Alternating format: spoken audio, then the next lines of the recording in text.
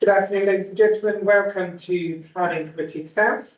We're not expecting a fire drill today, so if the alarm sounds, please can I ask you to leave the emergency exits, which are the two doors you're taking at the back or the two at the side here. The meeting will be recorded and then uploaded onto YouTube following the meeting. Therefore, any members of the public present should be aware that you may be recorded and take part, be seen in that. If you have a problem with this or have any questions, please speak to Steph, who will be able to help you. Can I ask everyone to switch their phones on to silent for the duration of the meeting? Planning applications, we have two today, and we will hear them. First of all, I will announce the agenda item number. Planning officer will introduce the applications and the relevant updates and provide a visual presentation. I will then ask the public speakers to speak. We will then move to officers that have any points of application and then questions from members, and then we will move into the debate and vote on the application. We start today with agenda item 1, which is apologies for absence. Thank you, Chair. I've received apologies from Councillor Oliver Patrick. Thank you. I've also received apologies from Councillor Andy Kendall. Move on to minutes from the previous meeting. Members have a copy of the minutes. Are you happy that they're a true reflection of the meeting and for me to sign them? Hello? You're all waving your hands. I'm not convinced you know what you're agreeing to, but we'll run with it. Okay. Thank you. Any declarations of interest that are not already on the formal register of interest? Okay. Any public questions? No public questions. Okay, so I'm going to move the agenda slightly around now and skip straight to agenda item 7, which is the appeals decisions, so that we can just have a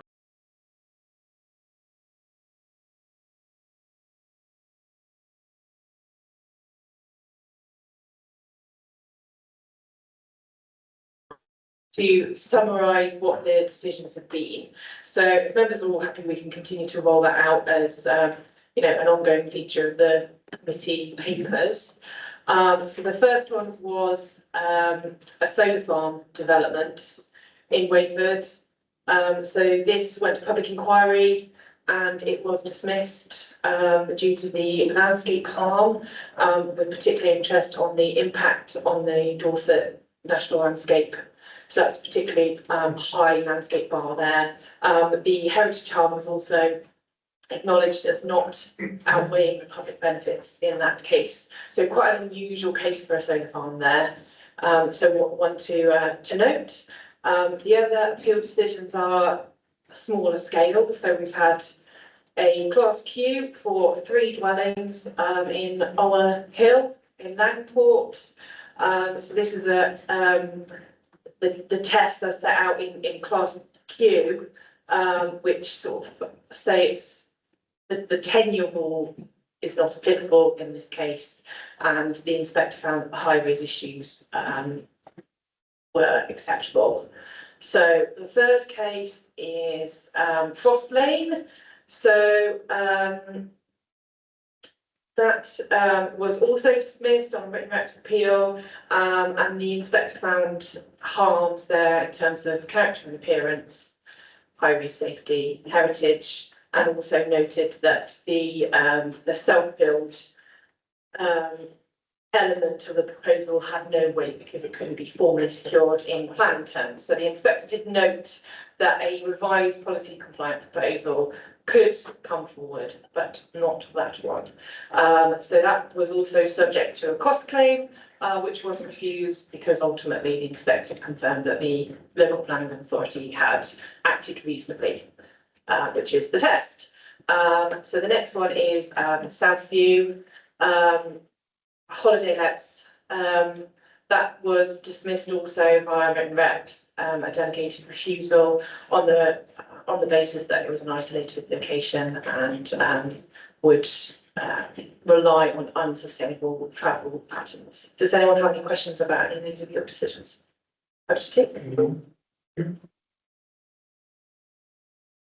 No, okay. Thank you very much, Vicky. So we were going to have an update from Simon Fox, who I agreed could speak today. He was going to talk about the judicial review against the council on the Upper Mudford site. Unfortunately, he's not here as yet, so if he does appear, we'll take that at the end. If not, the member's happy to roll it over to the next meeting. Okay. Just as an aside, I don't know if it's something that, if it's me, my act to show what it is, but I was a bit remiss of me, I forgot to introduce Councillor Ashton, who is the new vice chair for Area South. I seem to go through a vice chair a year. I'm not quite sure what it is I've been doing wrong, but I'll leave that to you to decide. But welcome, Steve, and everything goes through. Just a competitive position. A competitive position. No one wants mine, but they all want the vice chair. Okay, so moving swiftly along, we go to agenda item 5, which is the application for land north of Bradley Hill Lane, Somerton.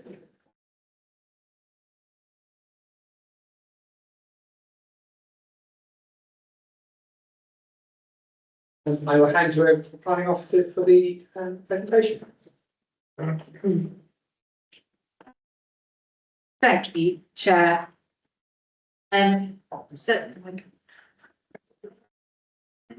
Sorry, Oh, there we are. New equipment. There we go. Thank you very much, Chair. So, this is the application in Somerton, and many members will recall that this application was before you in April, where it was deferred for further information, particularly relating to pedestrian safety and access to the school and the playground. Since that meeting, planning officers have met with the applicant team and prepared the addendum report that is before you today, alongside the original committee report, to support our explanation of the scheme. The proposal is unchanged, and I'll run through an overview presentation of it now. But for the avoidance of doubt, including because I understand there may be some changes in membership of the committee, we will focus on the deferral reasons in our discussion and conversation, but effectively the application is being considered afresh today. So, the application is a full application for 56 dwellings with the accompanying landscape and the public space and infrastructure alongside it. For information purposes, this is the red line. You may remember it is to the northwest of Somerton, just outside the direction of growth area in the local plan, and I'll show you that shortly as well. So that's a slightly zoomed in location plan, and then we have aerials basically replicating the same views. The area of disturbed ground just to the south of the site is a development that's underway or nearly complete by Bloor Homes, and this would effectively act as an extension to that scheme. So again, slightly more zoomed in. To the east, right hand side there is primary school at the top of Northfields. So this would be extract from a local plan map, so you can see the industrial estate top left, and then the sunshiny radii indicating the direction of growth, and Bradley Hill Lane is the highway, the roadway that goes along the top of the industrial estate, and this site is just to the north of that. So we have some photographs. Looking across the site, you can see it is a large, open, undeveloped agricultural field. This is Bradley Hill Lane. The access to the site would cross Bradley Hill Lane in the approximate location of the electricity pylon, mini pylon in that location. And then looking back into the existing development, you can see the crossing point there. So these are some images of the approach to the primary school. There is a sort of a rear access, a secondary access to the primary school that comes up Bradley Hill Lane. And then from that secondary access to the primary school, roughly from the location of the open space, the play area, looking back towards the houses that have already been built by Bloor. Same again. And then this is an illustrative layout plan, or not illustrative, sorry, this is the layout plan that's before us for approval. So we have, as you enter the site, you've got the play area on the right-hand side, the drainage feature on the left-hand side, and then a mix of affordable and open market dwellings throughout the site. What you can see is there are 3 dwellings arranged to overlook the drainage feature to take advantage of that open space. And then block structure, positive block structure around the site to make sure that views onto the open space are maintained and that the hedgerow features stay in management company ownership rather than private ownership to give the hedgerows and the other boundary features the best possible chance of success. That is reinforced by this landscape plan, which shows a small area of open space landscaping to the top of the site, and then other various elements of incidental landscaping throughout the site. And we have a zoomed in landscape plan here showing the pathways throughout the site, the pedestrian access to the leap, and also how the drainage feature would be integrated within that. Just going to skip while I'm talking about the drainage onto this plan, which is the sections through the drainage basin. This plan wasn't included in the presentation pack last time, but I think it's really helpful in terms of understanding how that drainage feature will work. The section at the top is the long section, and then at the bottom is the shorter of the two sections. And what you can see in that is that the area within the drainage feature that will be permanently wet is actually quite small and is at a relatively shallow depth. So whilst there were concerns around the fact that we might be creating this big pond that had the potential for site occupants or users to fall into a big pond, that's not what's being developed here. This will most of the time be a landscape green space with a small channel running through the middle of it in that final ditch at the bottom. So just to recap then, the vehicle access is proposed to be taken from the existing turning head of Maple Drive to the south, crossing Bradingham Lane and then into the site. The final details of how that will be managed will come down to agreement with the Highways Authority, but there are a number of options for ensuring that Bradingham Lane does not become a main route into or out of the development through curbing or as well as signage. So there can be signage and physical features to help to manage that access point. The service finishes plan just highlights the areas that will probably be adopted versus private drives, where you'll have tarmac, bitumen, blacktop throughout the majority of the site, and then alternative treatments in the areas that will be drives. So yeah, that's just a zoomed in image of the the north-south basin section.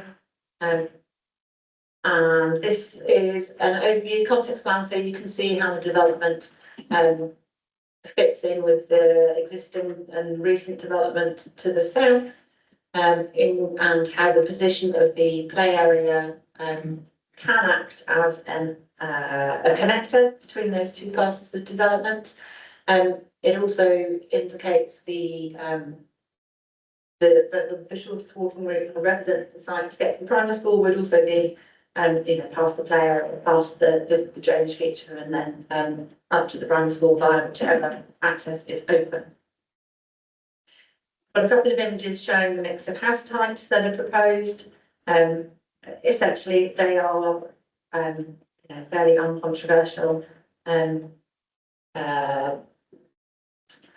want to use the word standard, houses that will reflect those that have already been developed in the locality. But within that, you do have a mix of typologies so that you can try and get some kind of sense of place within that. So just as an update, in the original committee report, the comments that were reported to members from the affordable housing team were the first round comments. It doesn't change the conclusions or the outcome, but we did want to make it really clear that we had had some additional comments from affordable housing colleagues, particularly noting that the requirement for first homes has fallen away, and being clear about the tenant split that's required. Affordable housing colleagues would prefer there to be a little bit more disbursement of the affordable housing throughout the site. But on balance, planning officers consider that the scheme that's before us today is acceptable. Registered providers like affordable housing to be provided in clusters for management purposes, and we don't believe that either of the clusters of affordable homes that is indicated on the plan in the scheme that's before us is too big, so that it would create any kind of disadvantage for the occupiers of those properties. The affordable housing team are content that the scheme would be integrated, that the visual appearance of the properties is all acceptable, that the parking is acceptable, and they've raised a couple of comments about service charges and other considerations that we can take into account when we're in our section 106 discussions with the applicant team, should members resolve to grant permission. So, in summary, what we've got before us today is a full application by a locally active house builder for 56 homes, of which 35% is proposed to be affordable housing, with the required 80-20 10-year split in there for social and intermediate housing. There will be on-site equipped play space. There are significant financial contributions towards other play and open space facilities, education contributions, primary care contributions, and highways improvements to make sure that the site can be safely accessed. So the recommendation from officers today is one of approval. Just with the small update that the 106, the obligation list in the committee report did draw on the original affordable housing consultation response, albeit the plan clearly shows the 80-20 split. So it's just want that one little update. The recommendation is for an 80-20 affordable housing split. Everything else in the obligations list is as per the original committee report that's before you, and the conditions that are set out in there as well. Thank you, Chair. Thank you very much. Okay, so we'll move over to public speakers, and we'll start with Tony Camden. Right here. No objection from Somerton Town Council. Yeah, hold on 1 second. Hold on. Is he online at all? We did think he might not. There was a 50-50 chance. That's fine. So that's really apologies. Okay, so we'll move on to Mo Fletcher, who's from the representing the Parish Council for Somerset.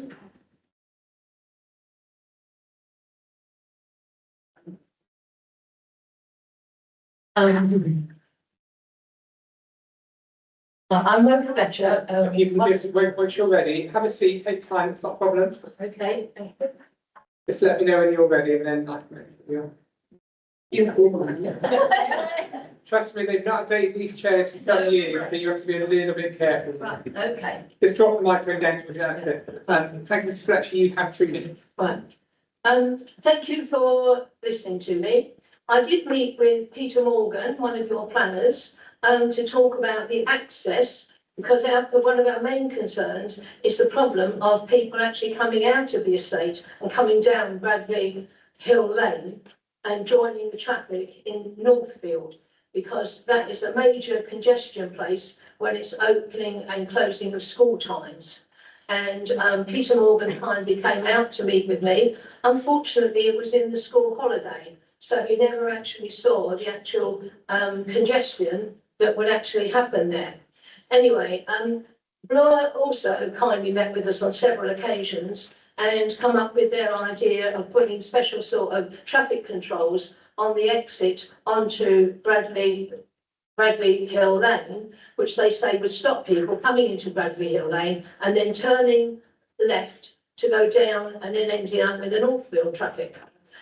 We did ask Bloor if they could send us either a video or some sort of evidence of that type of construction in reality, so we could see how it actually works. But nothing actually came from them for us to see that this system of putting in raised curbs and some sort of bollard in the centre actually working. And the problem with that is that if it's got to be big enough for fire engines and dust carts to go in and out as well. So really, they're saying to us, cars will not manage to get out and turn left.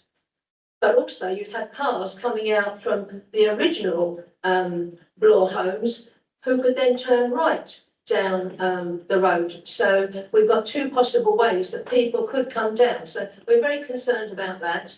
Bradley Hill Lane can't actually be closed or anything like that because we have farmers who actually use it to get to their sheep. So that road has to be available for them.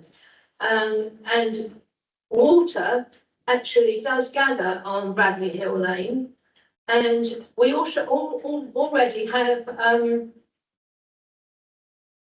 SUDs on two developments in Somerton. One is in the amenity land from David Wilson Homes, and that is either full or practically empty through the year, and that feeds into another one, which is on St Clair's development, which also is either flooding or empty, right? So SUDs have a very weird history in Somerton of how well they are actually working. The other thing is, quite often you've got the phrase in perpetuity. We're very worried about in perpetuity because David Wilson Homes had in their S106 that the amenity land was supposed to be in perpetuity. But the Northern Trust Development now have a right to actually build a road, a two-way road with pavements through it. So Thank what you does very in much. perpetuity actually mean? Thank you. Thank you. Next, can I please call James Millard from Blue Fox Platinum?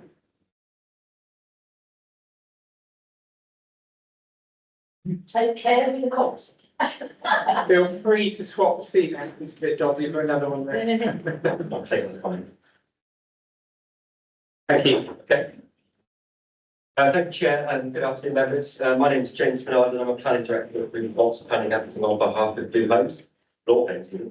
I'd like to thank you for the opportunity to speak today about this application on Bradley Hill Lane, which has returned to this committee following the decision back in April to defer. As members are aware, the application is for 56 homes, which, following consultation feedback, has been reduced from 64. This reduction provides for increased open space and a more sensitive landscape edge to the site.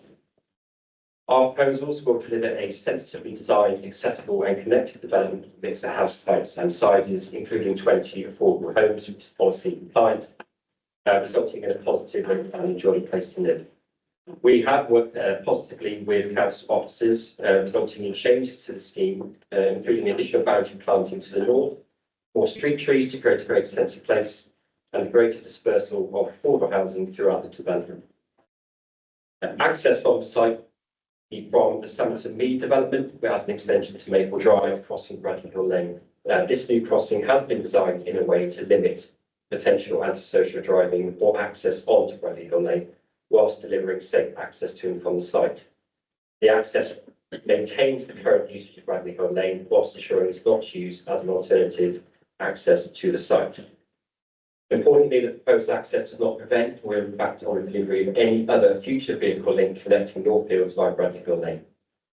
Turning to the reasons for deferral, these relate to concerns expressed by members regarding pedestrian and child safety access to the school and the playground. The proposed layout, including the location of play, drainage roads and pedestrian and cycleways, has been considered by council officers, including highways, and no concerns have been identified or objections raised. The proposed scheme is therefore safe and appropriate for all users. The site's road network will be lightly trafficked, and our modelling shows that up to 28 two-way vehicle movements could occur during peak hours. This would equate to 1 to less than 1 vehicle every 2 minutes during peak times. Road speeds within the site will be 20 miles an hour, which, combined with clear lines of visibility and low traffic movements, provide an appropriate and safe arrangement that does not give rise to any safety concerns. In respect of the proposed drainage area at the entrance of the site, this is engineered so that there are step levels, so changes in gradient, with only minimal levels of retained water serving ecological purposes. To provide further reassurance and comfort to members, fencing can be erected around this drainage feature, should that be necessary and controlled by conditions. We note the concerns expressed by members previously, but as the officer's addendum report sets out, the proposals have been thoroughly assessed and there are no objections on safety grounds. Law Homes will positively work with Somerset Council to deliver a Section 6 legal agreement to secure appropriate contributions to highways, travel plans, future residents, education, house off-site water provision and biodiversity again. In conclusion, Chair, this application represents a high quality, safe and deliverable scheme that will positively contribute to Somerset's housing demand supply in a sustainable location. And thank you for your time and support. Thank you very much. Thank you, actually, press the button on the microphone there, which is this. Thank you ever so much. Okay, we move on to questions or points of clarification from SDC. Thank you, Chair. Thank you, Chairman. Can you hear me okay? Firstly, I'd like to just get a couple of points of clarification. I'm looking at the planning file. I don't see any additional officer input other than the supplementary report. Was there any consultation with officers about the issues that I raised in the last meeting, or is this merely a summary of meetings with the applicant? So that's the first question. The second one is if I could refer to the site layout drawing which is on file. It's there's a VETS drawing on file, which is a good deal easier to zoom in on than the ones in the members' report pack. If we could have a look at that. Firstly, could we please have confirmation that the crossing over the lane, it appears in the site layout drawing that the hedge is over the footway.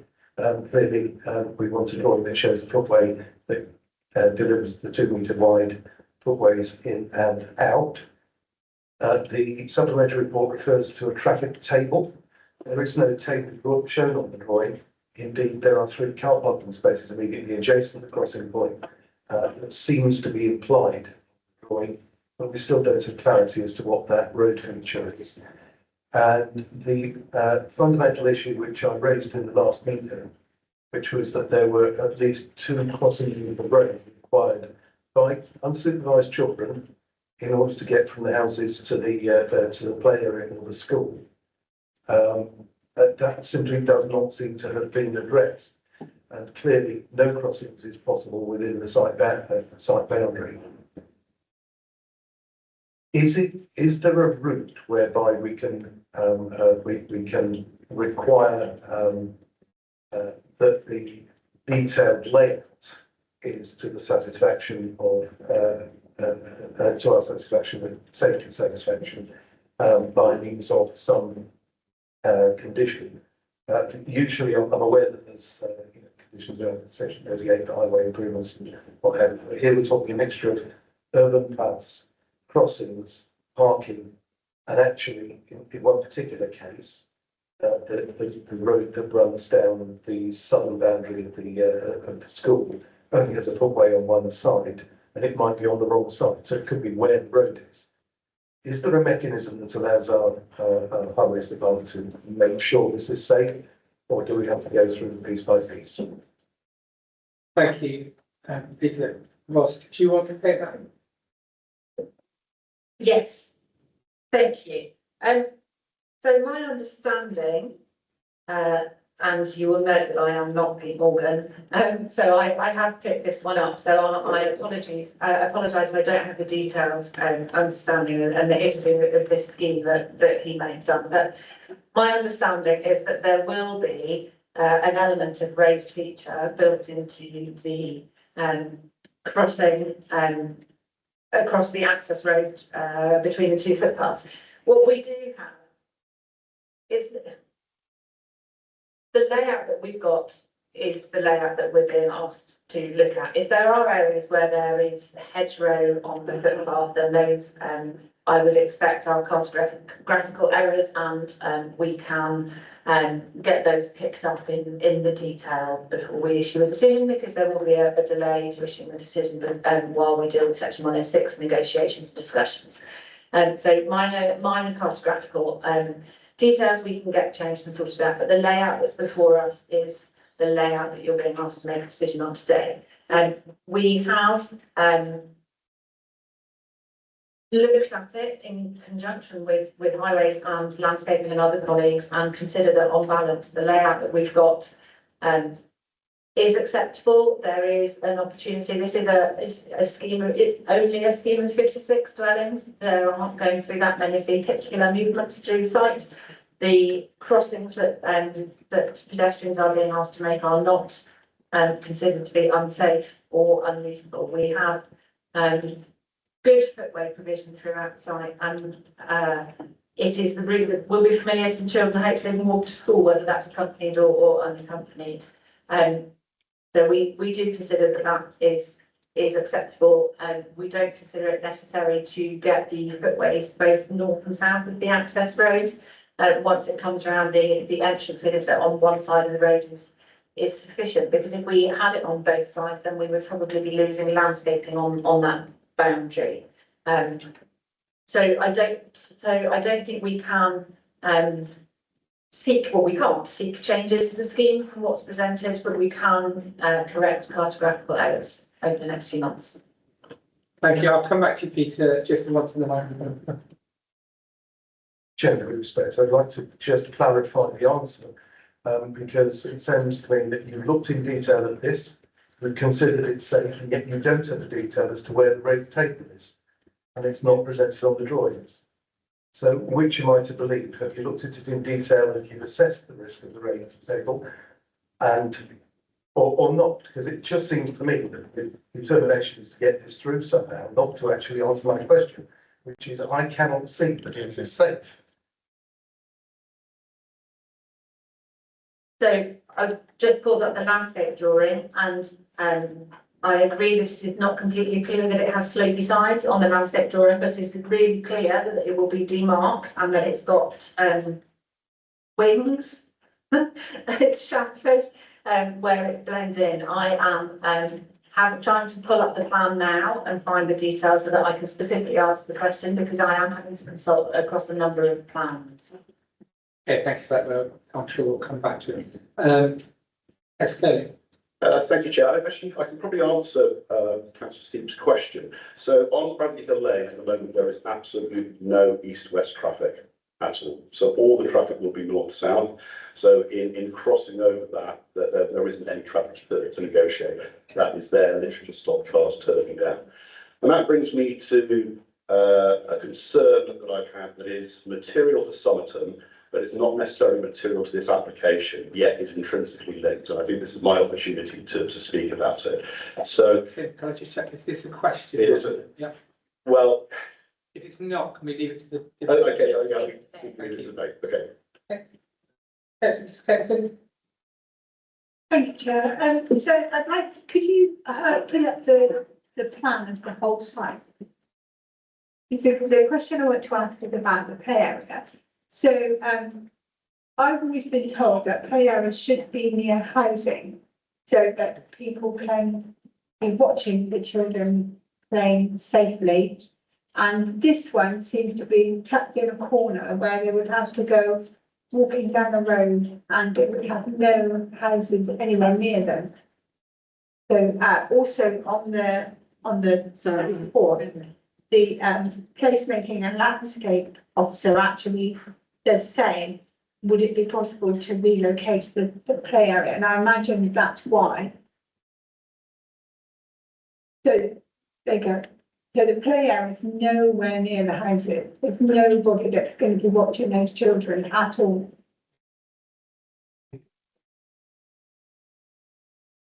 So your question is? Is it a reasonable place to put the children's play area, which is nowhere near any housing, from a public safety point of view? And have we looked at that, given that the placemaking and landscape officer has actually maybe not pointed that out, but has asked if we can swap that and the subs around, which I'm assuming for that reason. Ross? Thank you, Chair. So we did address this in the addendum report at 4.8, where we highlighted that we think that there are short and legible crossing distances and good intervisibility between the public spaces. I showed this photograph, which is from part way up the secondary access to the back of the primary school, looking towards the houses. So what you can see here is that the first floor windows of these properties will be able to see, and the same will happen from some of the properties within the this element of the scheme. We are balancing competing priorities here. So there are also guidelines that talk about making sure that you have a minimum of a 30-metre buffer distance between areas and houses because of the potential noise and disturbance that can arise. So in trying to meet all of the needs of development, making sure that it's adequately drained, adequately accessed and serviced, this is the location that the developer has chosen to put forward for the play area. Thank you. Councillor Ware? Thank you. In your report, you said this is the secondary entrance to the school. Do you imply by that that the only children going this way will be from the estates? Is there another entrance? Because you definitely said secondary entrance, so I didn't quite understand that bit. Thank you, Chair. Let me just pull up a context plan. Hopefully. So, oh, hold on, I'm on the wrong screen. Bear with me. Changing it on my screen, not yours. That's not helpful.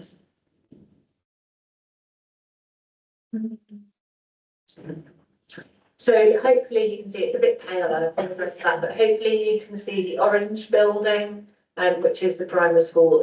The primary school fronts onto and is predominantly accessed from Northfields. In the bottom left-hand corner of the orange building, there's a footpath secondary access point into the school, which comes to a lane that then runs north-south onto Bradley Hill Lane. So I don't think that's in substantial usage at the moment, possibly for safeguarding reasons by the school, but it does exist as a secondary entrance. And if they make the decision to open that secondary access, then anybody would be able to use it. There's not going to be someone with a register taking people in and out. But the predominant access point will be off Northfields as it is at the moment. Councillor Page? Thank you, Chair. I'm picking up on the point raised by Mo Fletcher from Somerton Town Council, and this is the concern about the cars exiting the new development.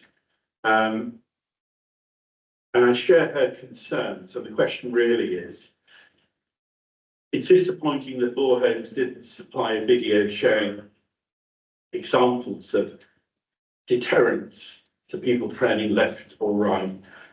Is there anything that we can do to try to make this more robust in terms of stopping cars turning? Because, you know, we all know about rat runs and cars and drivers try and find the shortest exit route. And as we know, this primary school is accessed from Northfield. It's a very narrow road. There's no proper pavement. We've got to do everything we can to stop cars exiting onto that road. Really is important in terms of child safety. Is there anything Somerset Council can do in terms of conditioning or requirements to make this safer? Oz or Sonia, I don't know which way you will prefer that one.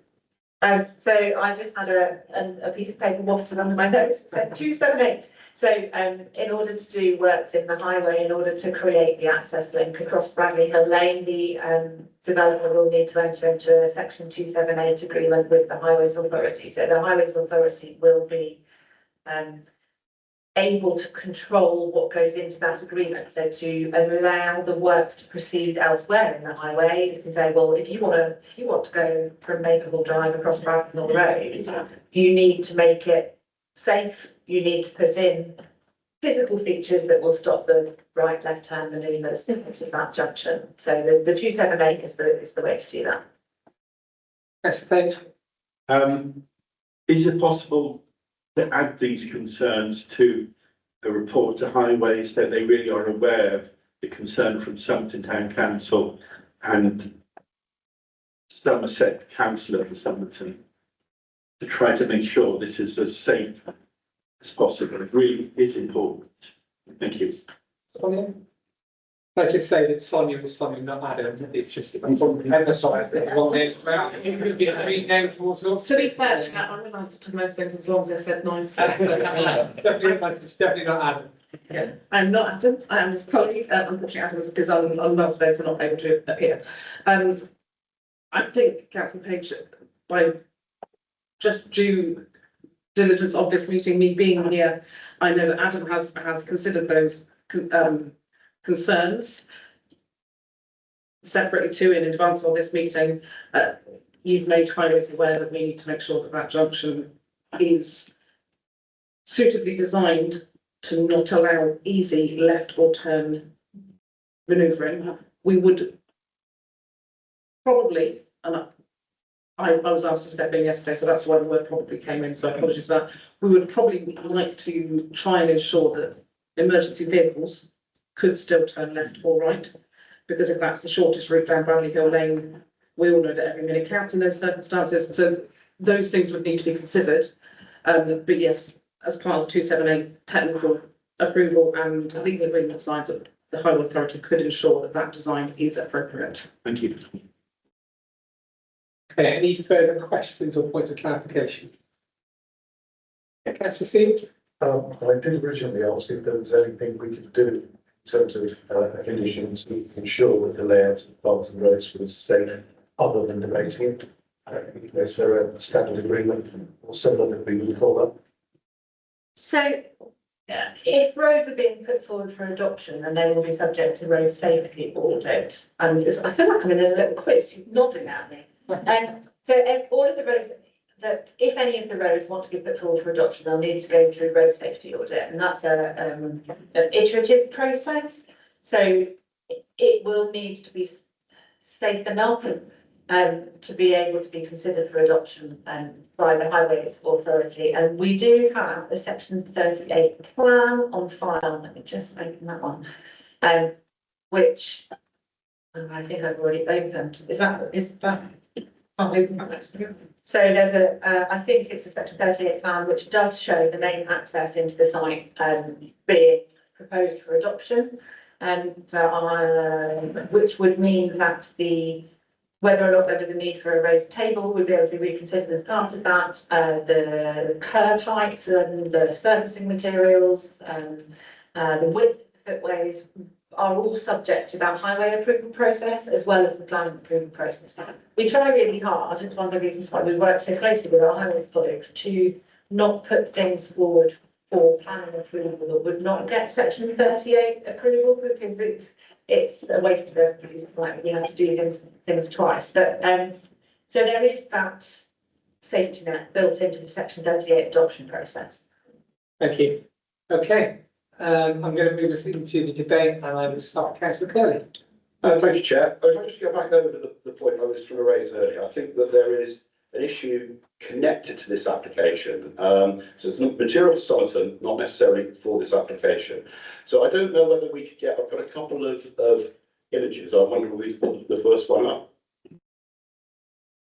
So this is actually the map from the show house in your homes from phase 1. And you will notice that it has, where they come up. That's okay.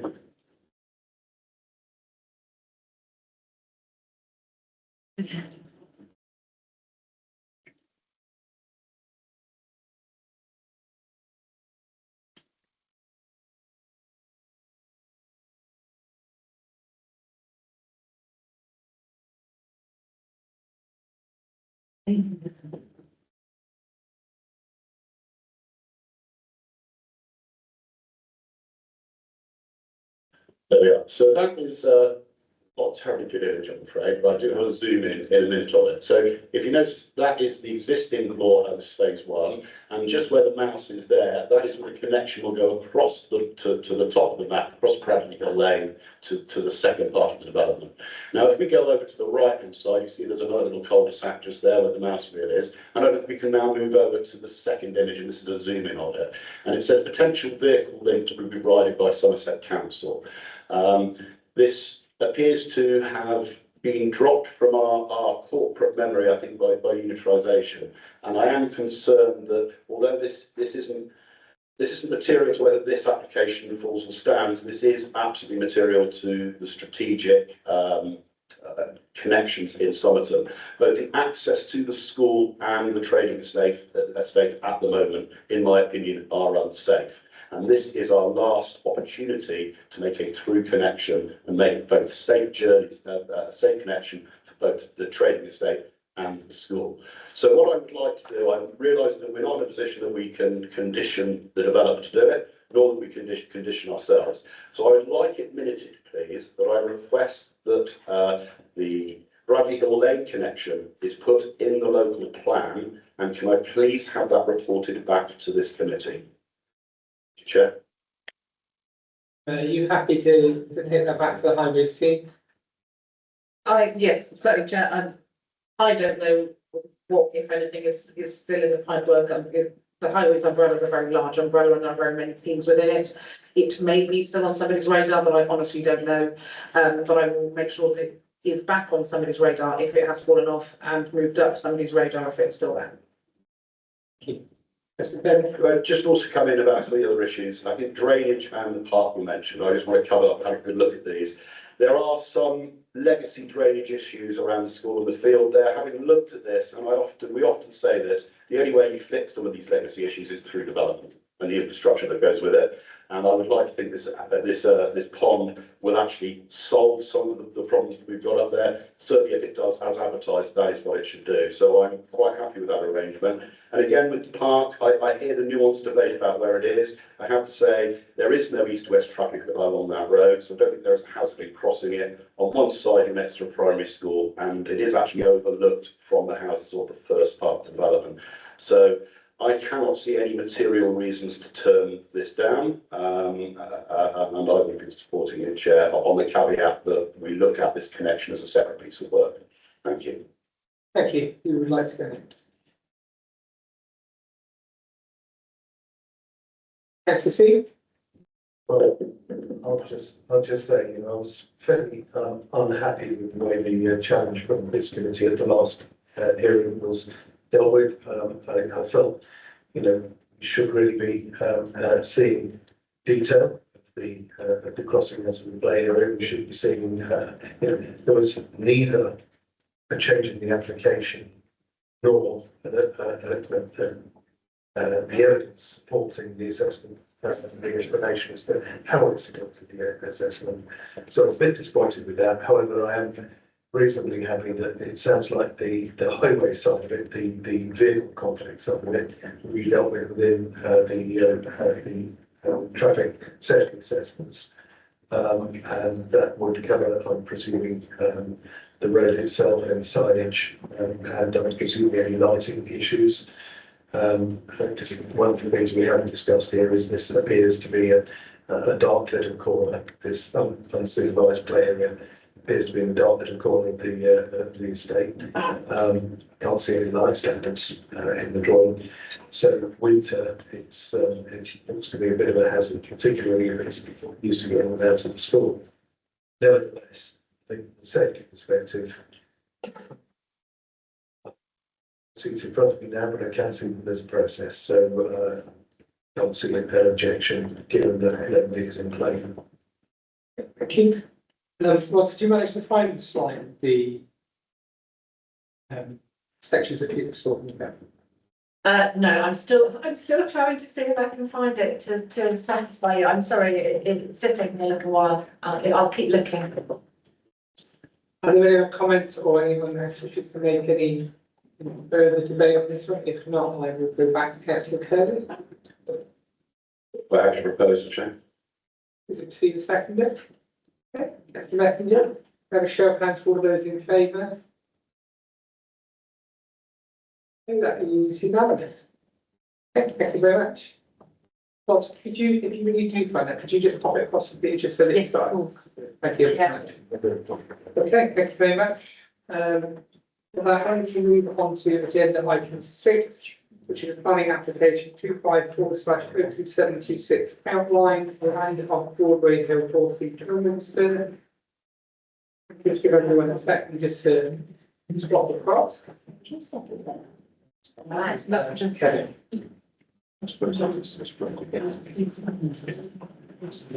Yeah, no, that's not.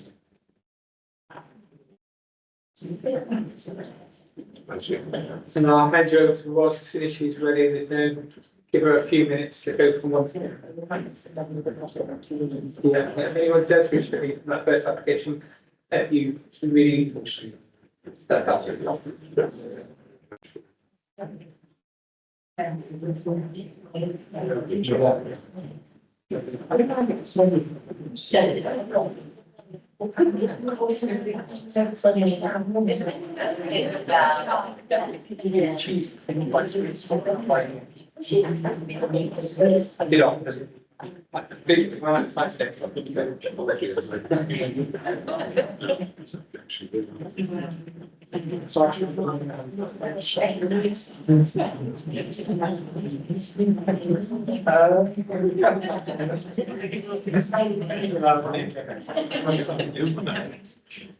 This could take a lot. Once again.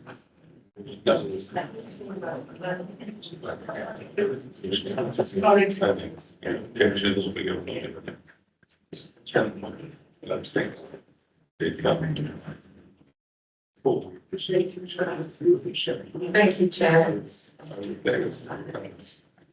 So this application is submitted in outline. It's an outline planning application with all matters reserved other than access from Broadway Hill for 150 homes alongside open space and landscaping and associated infrastructure, including the potential expansion of Horton Lane.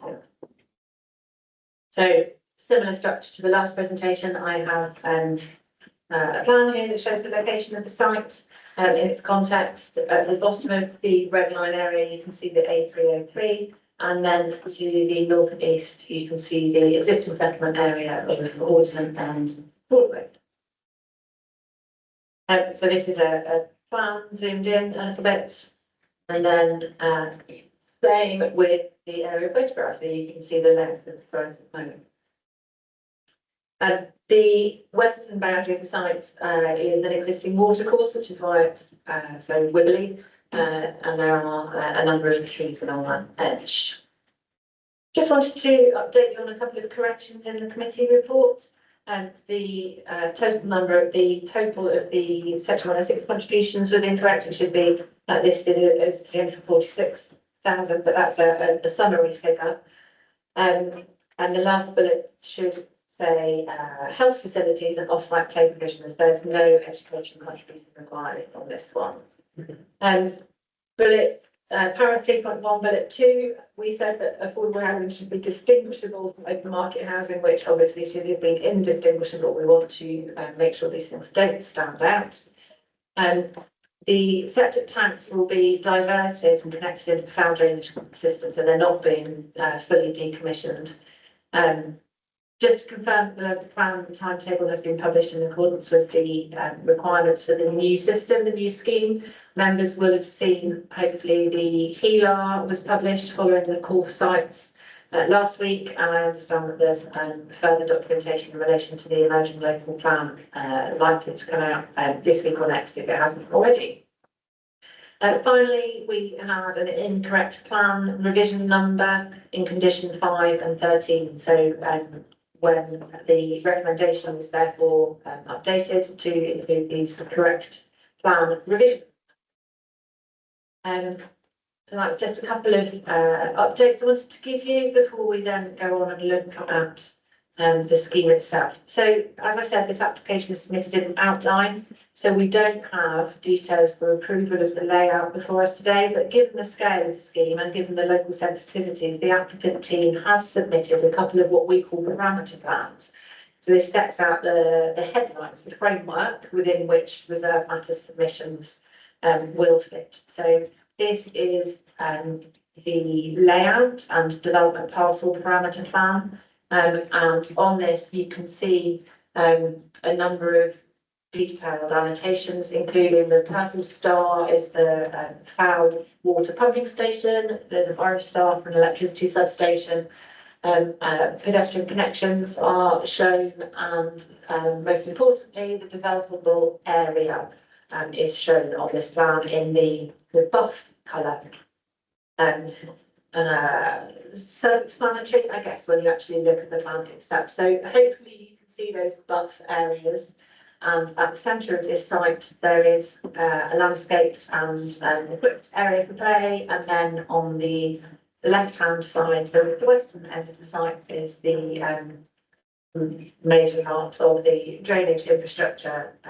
Given the topography of the site,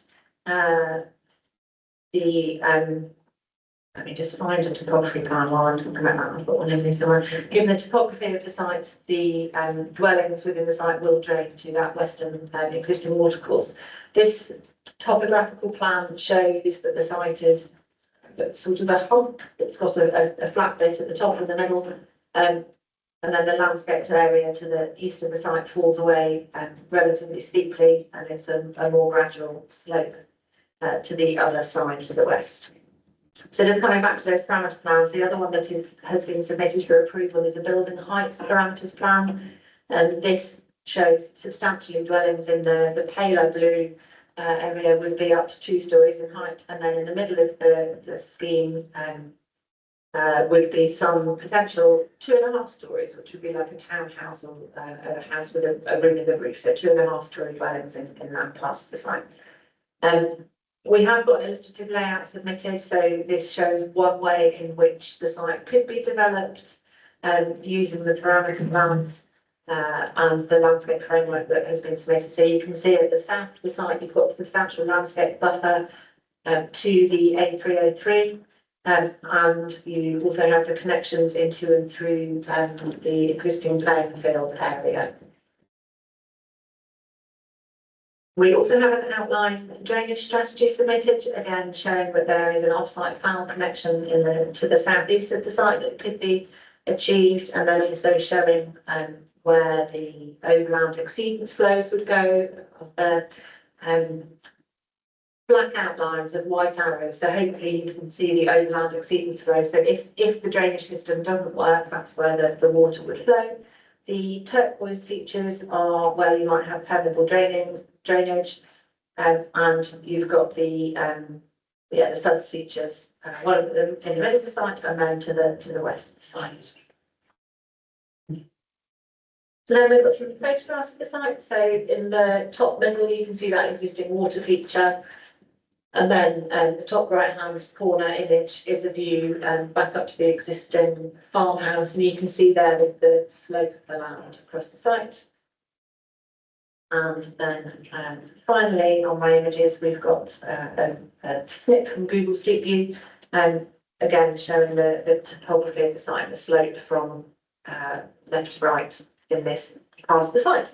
So in summary, we've got an outline application with parameter plans before us for approval for up to 150 homes. It has policy compliant, 35% affordable housing, on-site equipped open space, with significant contributions towards off-site facilities for play and recreation, and the required primary healthcare contribution as well. And as a consequence of all of that, the recommendation is the planning permission to be granted subject to Section 106 agreement, and then the conditions subject to those minor amendments beginning as set out in the committee report. Thank you very much, Chair. Thank you very much. So we move over to public speaking. I will start with Ross Hitchings.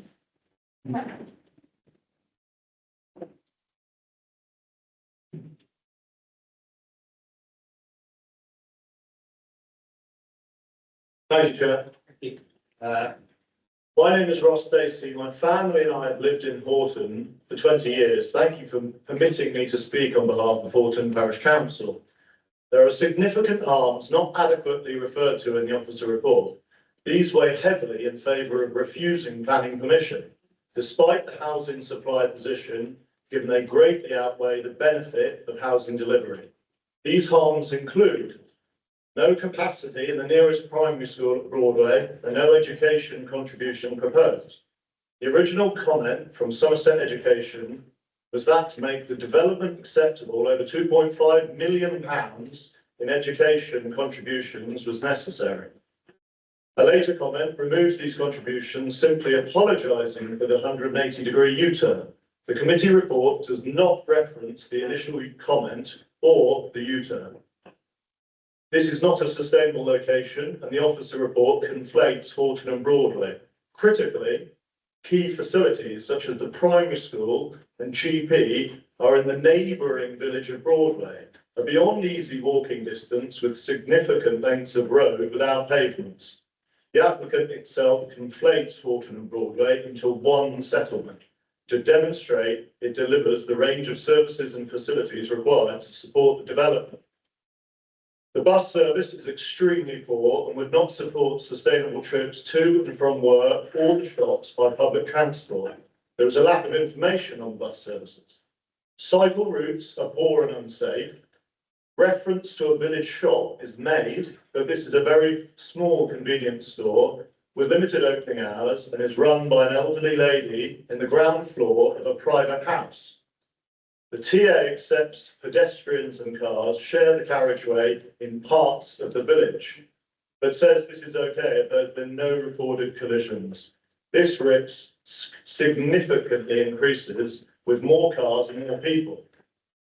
There is a lack of information in the officer report regarding the highway's impact of the proposals and the traffic flows around, for example, Southfields roundabout. The scale of growth in Horton would exceed that considered commensurate with the scale and character of the village, as stated by Somerset's own planning policy officers. The development would erode the rural landscape character of Horton, including its green buffer to the A303. The officer report is absent of this consideration, and it must form part of the assessment. And critically, the heads of terms for the S106 in the officer report are entirely silent on the highways works required to mitigate the impact of this development.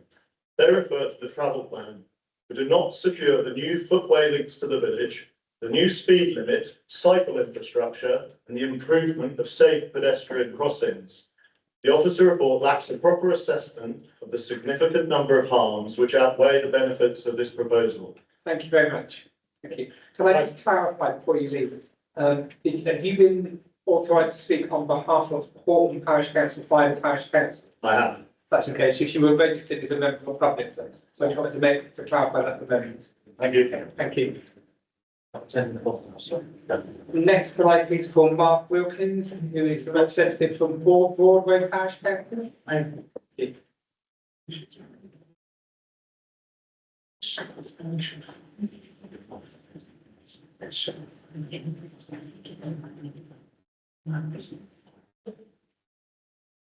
May I just clarify that I have been asked to speak by the chairman of Broadway Parish Council. I'm a former member of Broadway Parish Council.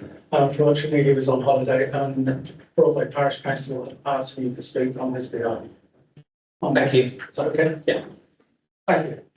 This application for 150 homes, if passed, will bring the total to 208 new homes in Horton. 208 homes equate to 480 new adults and children, and an addition of 290 cars. This equates to a growth of 59% since 2021. This application also makes zero consideration for the 78 new houses approved in Broadway. I would like to start by highlighting the traffic plan submitted within this application is a complete work of utter fiction. I urge Somerset Highways to completely review and reject the stages plan and application, as thoughts that the residents from this development will access the estate via the A303 is utter madness. The full impact of the huge increase in traffic will be felt on our many single-lane roads and bridges. Most flood regularly and are never drenching in the winter. The greatest concern, as my colleague said, are large stretches of single-track road without pavement that you're expecting children to walk on. With regards to Roche School, it appears no provision or calculation has been made for the 9 houses that are due to be built exactly opposite the entrance to the school, or the 28 that have just been built 50 metres from the school, let alone the other 99 houses that have been proposed within Broadway and Horton. If planning, highways and council officers can legitimately agree to the destruction of 2 rural communities by allowing 286 new homes over 9 sites, 8 of them green field, all within 1.6 miles of each other. I truly believe they and the system will be found failing the very people they are in local government to protect and serve. Thank you. Hopefully I've got that in your thoughts. I know we thank you for that. Not on the stage. Could I just ask, would it be possible for you to clarify the, or comment on the education point?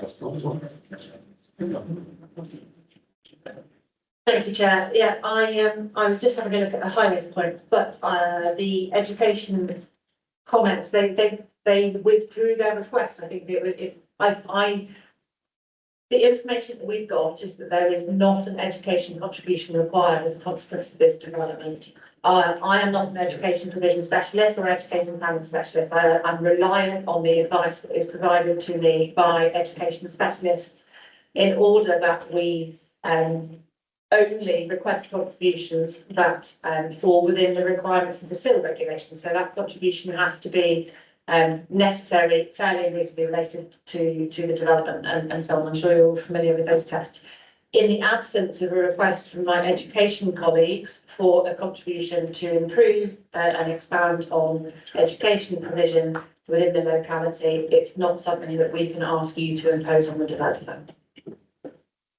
Okay, thank you. I think we will need to be aware of the dip in birth rate, which is probably. We'll move on to questions or points of clarification. I'll start with Councillor Best. Yeah, sorry, can I just stick with the education bit? I'm really surprised that seeing the report includes SEND. Now, I have 2 grandchildren that need SEND requirement, and there are no places in this area. I know they're saying in here you need another 300. They're actually saying that there are some, but we certainly can't find it. This is across education. You hear more schools and everything need more funding, yet we see in these committees that they're saying that they don't. So I just don't know where this information is coming on SEND, but certainly on the ground, it is not the truth. I'll come back to us to answer that, but I guess the bottom line is that we can only impose things that are actually requested with the fall under the category. Well, spinning back to that. I don't think there's anything more that I can say. I mean, I come from a family of teachers, both of my children are neurodiverse. I would prefer there to be additional funding in education, but unfortunately, in the absence of a request for additional funding from the education team, that's not something that we can attach to this application. Yeah, that's fine. And now I need to make another apology. I'm obviously on one of those days today. Apologies to the agent. I completely forgot you're on the very bottom of the page. What with this trying to grapple between whether it's members of the public or the parish council, we move straight to questions. My apologies.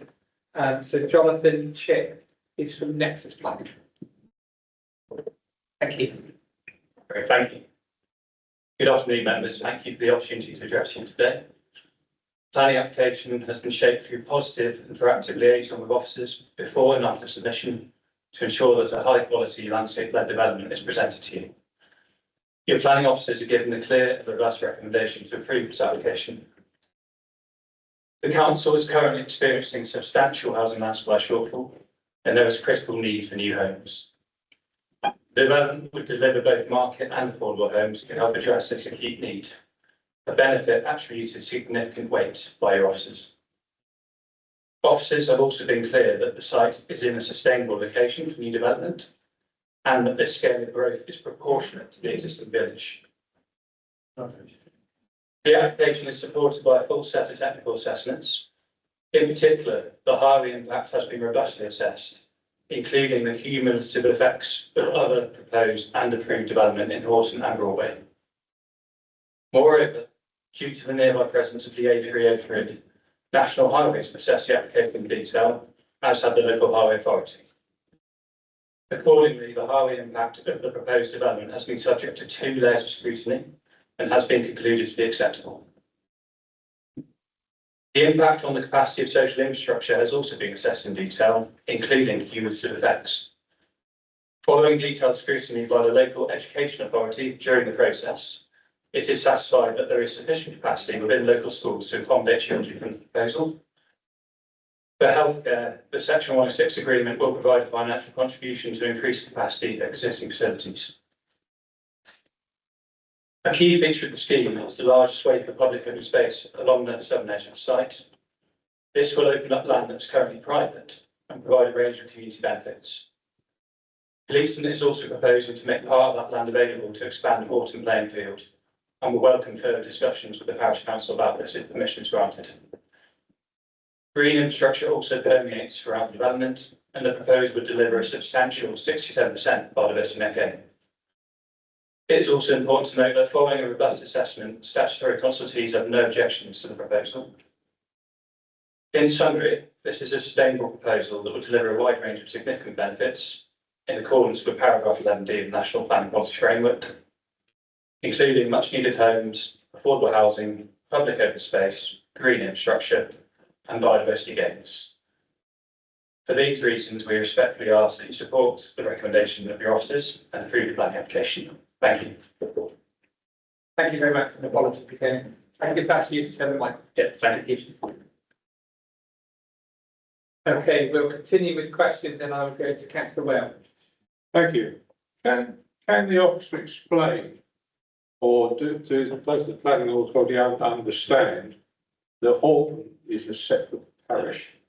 Because there is confusion in the report. The first one, rather strangely, described Horton as a town council. Perhaps that one might happen, but not at the moment. Can you explain that? And also, the fact that I believe some of the report there was a talk of 2,200 residents under the last survey, when in fact it's something like 850. 868. So thank you.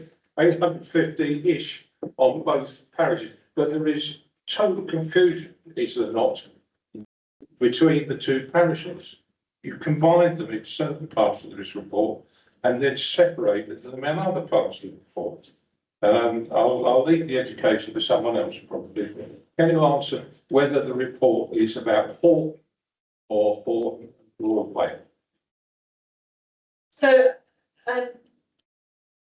obviously, well, I don't live in either of those communities or settlements, but I have been made aware by colleagues who are more familiar with the area that they are two different places, and we would hope that we respect that. And if we've made errors in that consideration, then obviously we would apologise for that. That's not the intention, but there are.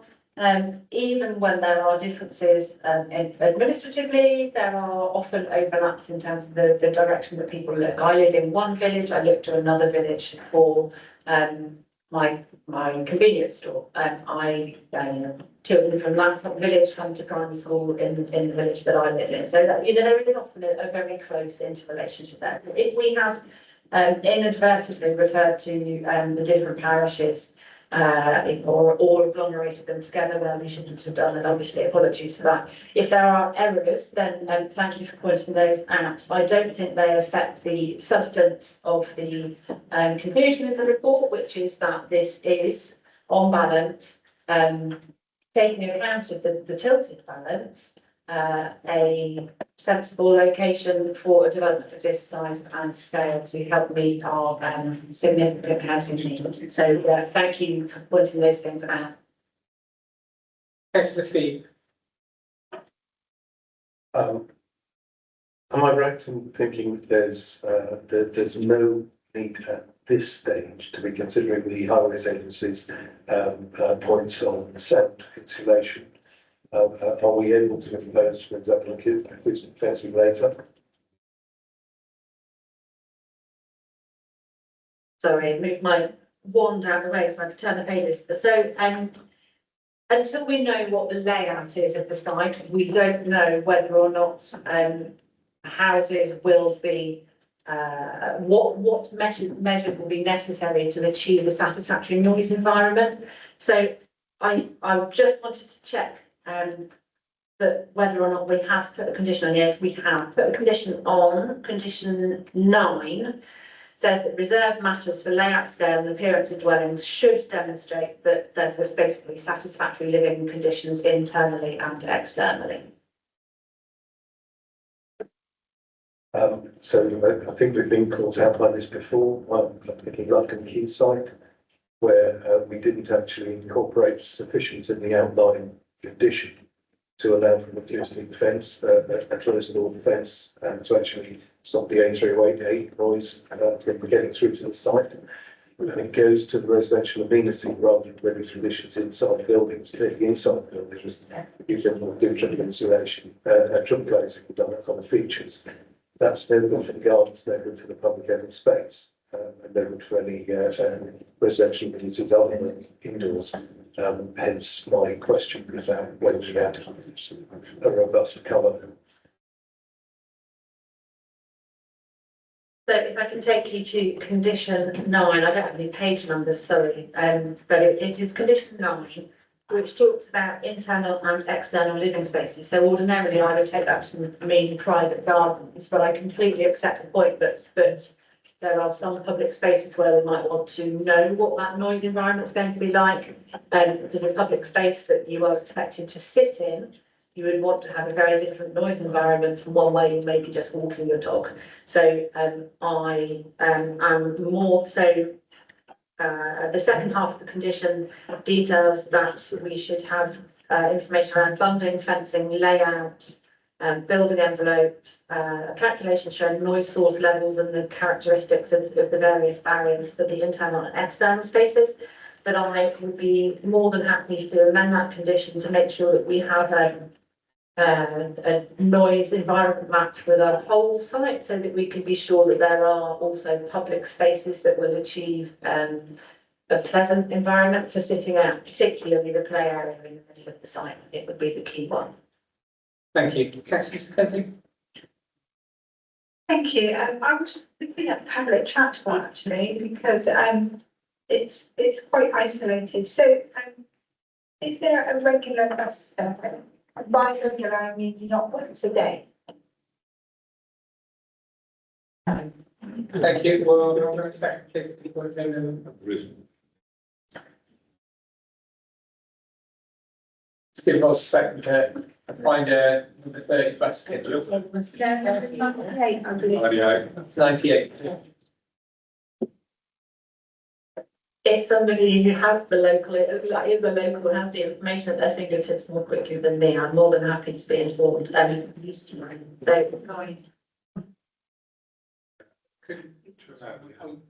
you happy for us to come back to that? We'll see what we can find next week. Okay, thank you very much.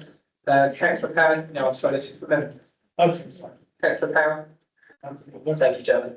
It's just regarding the section 106 group. So just going from what Martin said a minute ago and what you put in the report, where you might have amalgamated them or not amalgamated it. Won't that affect section 106 because each parish have a different local plan? I'm just wanting clarification on that, please. Because so the figure we've got is 346,000, so I just wanted to know how it changed. Thank you. No, so the calculations for contributions towards improving and enhancing open space will be based on the impact of the 150 dwellings. So that will be, we use the Fields in Trust standard, which used to be called the 6 acre guidance. So there's an amount of open space that the local people should have access to, and that calculation has been undertaken by colleagues in conjunction. So it is not a case that we have accounted for open space in Broadway in considering whether or not the space is adequate. We take the 150 dwellings and work out what they should be delivering. So no, it's the other way around on this one. Thank you. Councillor Power? Just me. Sorry, my apologies. We're trying to find, we're all trying to scrabble around and find the bus timetable. Believe it or not, some of the council's IT department blocks it. So now to revert on mobile phones. Are there any further questions? Councillor Fee? Yes, Chairman. There are 8 bus stops in Horton, serving 3 bus services: the S1, R002 Rooster, and Nottingham service. Well done, Councillor Fee. You've got them before us. Okay, are there any further questions or comments from Councillor Webb? You can let me back, thanks, Chairman. It's on the, sorry, on the contributions to, and the education side of this report. Was the report prepared or did it take into account, rather, sorry, we didn't take into account all the new build, which is in the process of going in around Narose School, which is actually in Broadway. Because as was stated by one of the speakers, that would make a lot of difference to the capacity of the schools locally. So the response that we had from the education team was only from March this year, so it's not very old. When they were making that decision, they would have been taking into account what we would call committed development. So any applications that were known or decisions that had been made by that point. So I don't know that there's been anything significant approved in this patch since March this year that would impact on the lack of request for a contribution. Good. Okay, thank you. If there are no further questions, I'll move us into the debate. Who would like to start? Councillor Webb. Thank you. My point is that for one of the questions asked, I think this report is confused at the very least about the what is and what isn't part of this parish. It's quite clear the whole parish is not 2,000 odd people, as is stated somewhere. It is a separate entity, and it hasn't been treated as such, in my view, by this application. As we have heard, this is going to be a 50% increase if you take the village of Horton as a one-off entity. That is, my view, is excessive. And we might even be saying that the tilted balance has tilted back slightly in the direction of a not going with this application, because that is a huge increase on a parish. And that's why I'm saying we really, this report doesn't deal with that, and it should do. And it should be dealt with as a separate parish, and every now and again it goes into the fact that it's Horton and Broadway. It does say in the report somewhere Horton and Broadway, and combines them. Not right in my view, and we shouldn't be considering in that view. Either, in my view, we should defer this, or I would be going to propose that we refuse it because of that absolute confusion in the report, and also, of course, the fact that the education contributions, the fact that it cannot be right. There is no capacity in the Narose School, and to say there is not right, especially with the new developments in and around Broadway. It just doesn't. It cannot be right. Thank you. Thank you. Councillor Stephen. Thank you, Chairman. The key issue for me, I recognise that this is going to upset the balance of the village. I recognise the scale of the growth. I also recognise this is not a village that was expecting this scale of growth in our local plan. However, the rules that we've been given that constrain how we've got to look at planning applications mean that we've got to, if there is something which is outside of the policy or outside of the plan, we have to be able to show exactly how it's very harmful to the delivery of the plan in order to have reason to refuse this. And I'm not seeing anything here which is actually particularly harmful. There are lots of things which I think are respectful about the way that the outline drawings have been provided. I noticed that that although we're only dealing with an illustration, it doesn't make the mistake of previous applications in this settlement of suddenly introducing you to a big built form. There's a couple of houses along the main road and an access into the site shown. So it would be a gentle easing into the village, not somebody coming across the housing estate in the middle of nowhere. So I do think that they've learned some lessons and they've worked at that. I also have concerns about being so close to the 303. And the site is bounded by two main roads.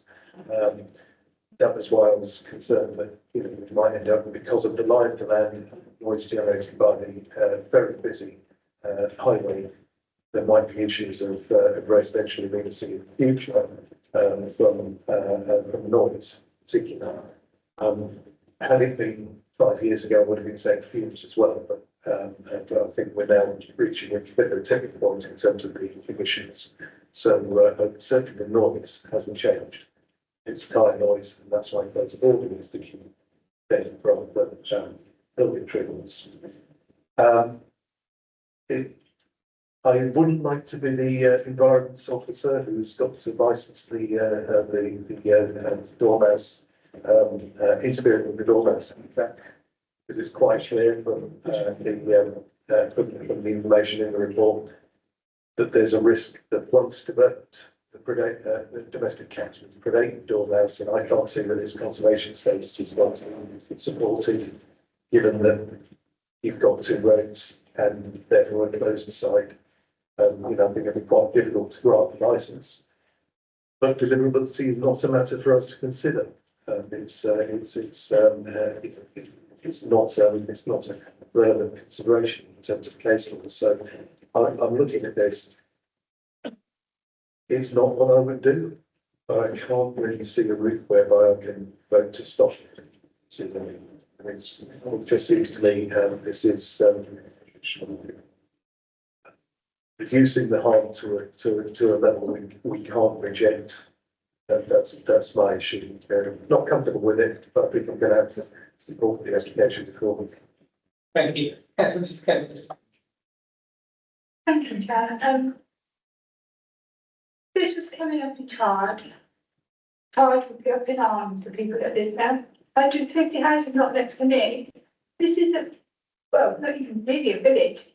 It's going to double the amount of houses that's in this area. I can't believe that we're even sat here thinking about, well, can't we do anything about it? That just seems ridiculous.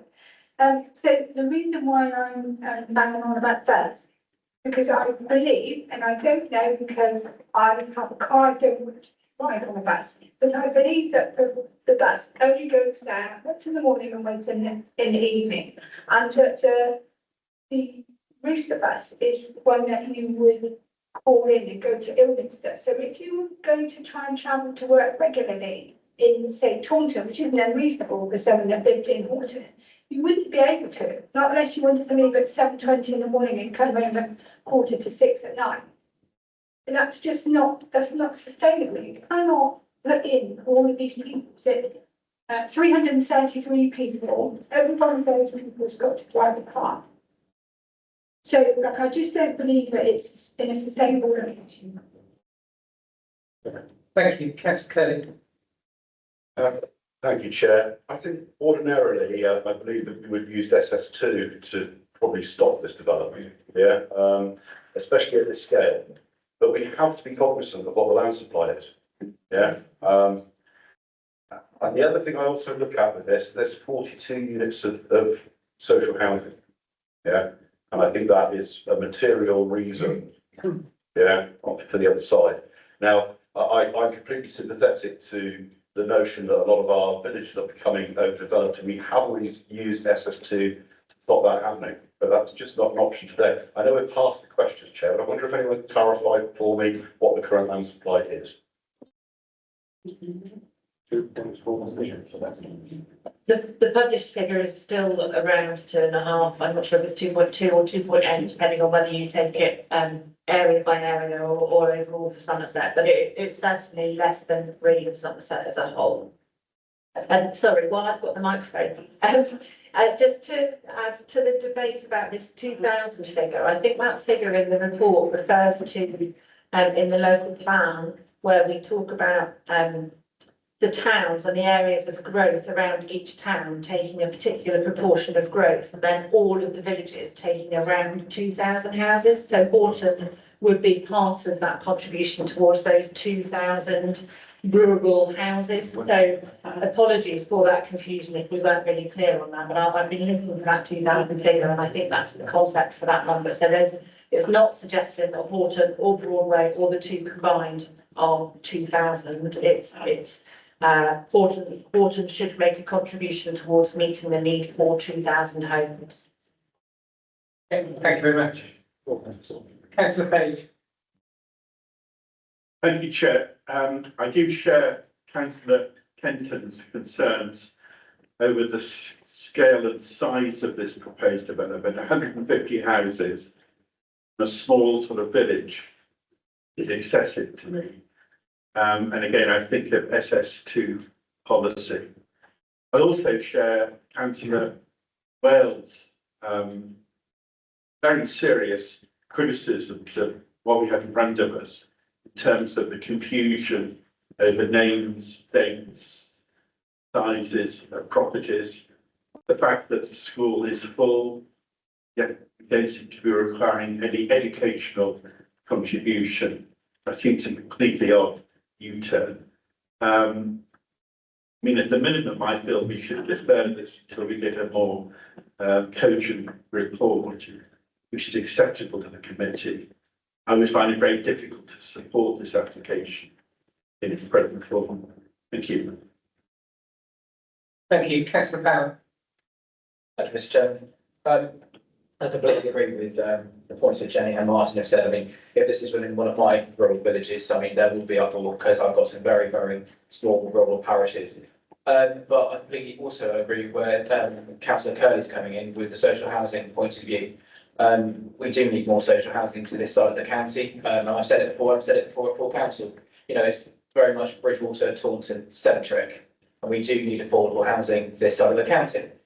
But at the end of the day, there is a right amount in certain locations where I feel this application just tilts the balance the other way, which I'm not really happy about. And I'm not really too happy with the report that's in front of us, because there's far too much confusion with this report. I think I'm looking around the room, there's quite a few councillors here, and my colleagues are sat here, we're going, well, we've got a question about that one, but then you've got another question about that one, and the answers aren't exactly being very clear. So it's not a very clear report. So I'm really undecided on what to do about this application. Thank you. Okay, so now I'm going to add anything at this point. I just come in, Chair. I'm not, this is the debate quite avidly, but I haven't yet heard anything that I would consider wouldn't probably be overturned by the spectrum. I don't know what other people's analysis of it. Thank you, Chair. Let's proceed. Chairman, I think the issue is not with policy assessment 2, because this is clearly a settlement with multiple facilities listed. It's with SS1, which is the settlement hierarchy, and the officer did address the issue in terms of the function of the settlement in the report. Okay, thank you. Councillor Page. Thank you. I don't know whether it's appropriate at this point, but I'd like to think of making a proposal that we defer this application till we get a more cogent, comprehensive report, which we can make a decision today. Thank you. I'm happy to bring Councillor Kenton in as long as she's not going to second that for a moment, and I will explain why. No, you're not, sorry, second. Okay. Sorry, I was going to ask the planning officers really for their advice. So I'm hoping that I'm pinning my hopes on rejecting it on character and landscape impact and poor accessibility of transport, meaning that it would be heavily reliant on it. And I was going to, so before I make that as a proposal, I'm asking the people with no hand, that's going to just be spread out. Okay, unfortunately, there's already one proposal on the table, so that would need to fall before I can take a second proposal. What I am going to ask is that I know, but we can just pause 1 second. I am going to ask if there are several members that seem to be minded to deferring this, is that we can just have a couple of minutes to discuss with the officers so we can get a little bit more information on the education and other bits, so that we can have an answer as to whether the ground, whether it'd be better to defer the application to get all the information you've asked for, or whether they are confident that we can move forward with a recommendation to either proposal. So, sorry, and if you're looking for a deferral, or those that have mentioned it already, we need real specifics about what your deferral is for, what information, or officers gonna have to go back and collate and bring back to you, so that, you've got a better understanding of the site and the application. And if you're looking for companies to refuse, and legal and family reasons. So if you were going to go away and find some more information for me, I would like some serious information about public transport, when it comes, what it is and where it's going. Okay, I'm going to take Councillor Whale, Councillor Page, Councillor Seaver, and then I'm going to take a 5-minute recess. I think my main reason to defer this would be to make sure that this report is centred on all, because it's not at the moment. It goes from being Hall centred to Horton Broadway centred, and then back again, and that is not, it's not the way it should be dealt with. It is a whole parish council application, and so it should be dealt with as such. Thank you, Councillor Page. Thank you, Chair. I would like clarification regarding the educational provision. Again, I'm not clear that that's been properly thought through. In terms of the local primary school is apparently full. So I'd like more information regarding that. Thank you. Thank you, Councillor Seaver. Generally, the bus times are very much a public record, and as such, they're all one a day, but there are some days on which there's 2 in one direction for certain services. So I don't think that that's the level of service involved here. Thank you. Okay, members, I'm going to take a recess, just to clarify a few points with both the planning officer and the legal team. Can we be back in the room for 3:45? Thank you very much.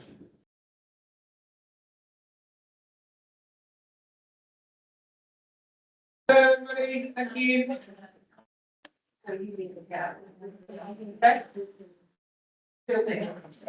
I'm just a little bit nervous that the hours are winking at me. I don't know if that means anything. Well, I'm going to stop winking now. You're back online. We'll stop tweeting. Yeah. Okay, members of the public, I'm going to hand over to Nikki just to give a little bit of information about this application and what happens with how we make a decision, or how George makes a decision, because obviously this is for 150 homes. And then we'll go back through them. Thank you, Chair. I just want to make members aware that there's a new requirement from government. So any proposed housing scheme of 150 dwellings or more, if a council is minded to refuse that application, then it needs to be referred to the Secretary of State before a decision can be made. So the Secretary of State then has the option to call in, it's called, that application and make the decision. So there would be potentially a public inquiry, and the Secretary of State would then take that decision-making authority. So that's just something to be mindful. I mean, I'm hearing a lot about potential deferral and some questions that members still have. So it seems that there are options that we could, as a committee, potentially defer the application, provide more information on the distinction between the two settlements and parishes, and make that very clear via an update report. Also provide more information on public transport options, availability, and really check and scrutinise the education comments and proposed obligations. It's mindful that if there is a call-in, there could be a change to the obligations that could come forward. That does sometimes happen via call-ins, or appeals. Obviously, we're dealing with a proposal within the tilted balance. Our 5-year housing land supply is low. There is a high need for housing and affordable housing. So that's something to consider. But it's something that, as officers, we consider it's possible to find those bits of further information, clarification points, and really scrutinise that information, and then come back to committee if members are minded to defer the application. Thank you. Okay, thank you very much. I'm going to go into Councillor Curley first. Thank you, Chair. Just wondering how we heard that. If we were to go down the refusal avenue, what would be the cost implications of that compared to an ordinary appeal process? Thank you. It's difficult to say. It's a high resource on the local planning authority to look at an inquiry of this scale. So it would be high. We could look at figures and perhaps discuss privately to get a ballpark figure, but it's a high cost on the public purse financially and in terms of limited cost and resource. Thank you. Okay, I would like to, anyone else wish to make any comment? Councillor Steve?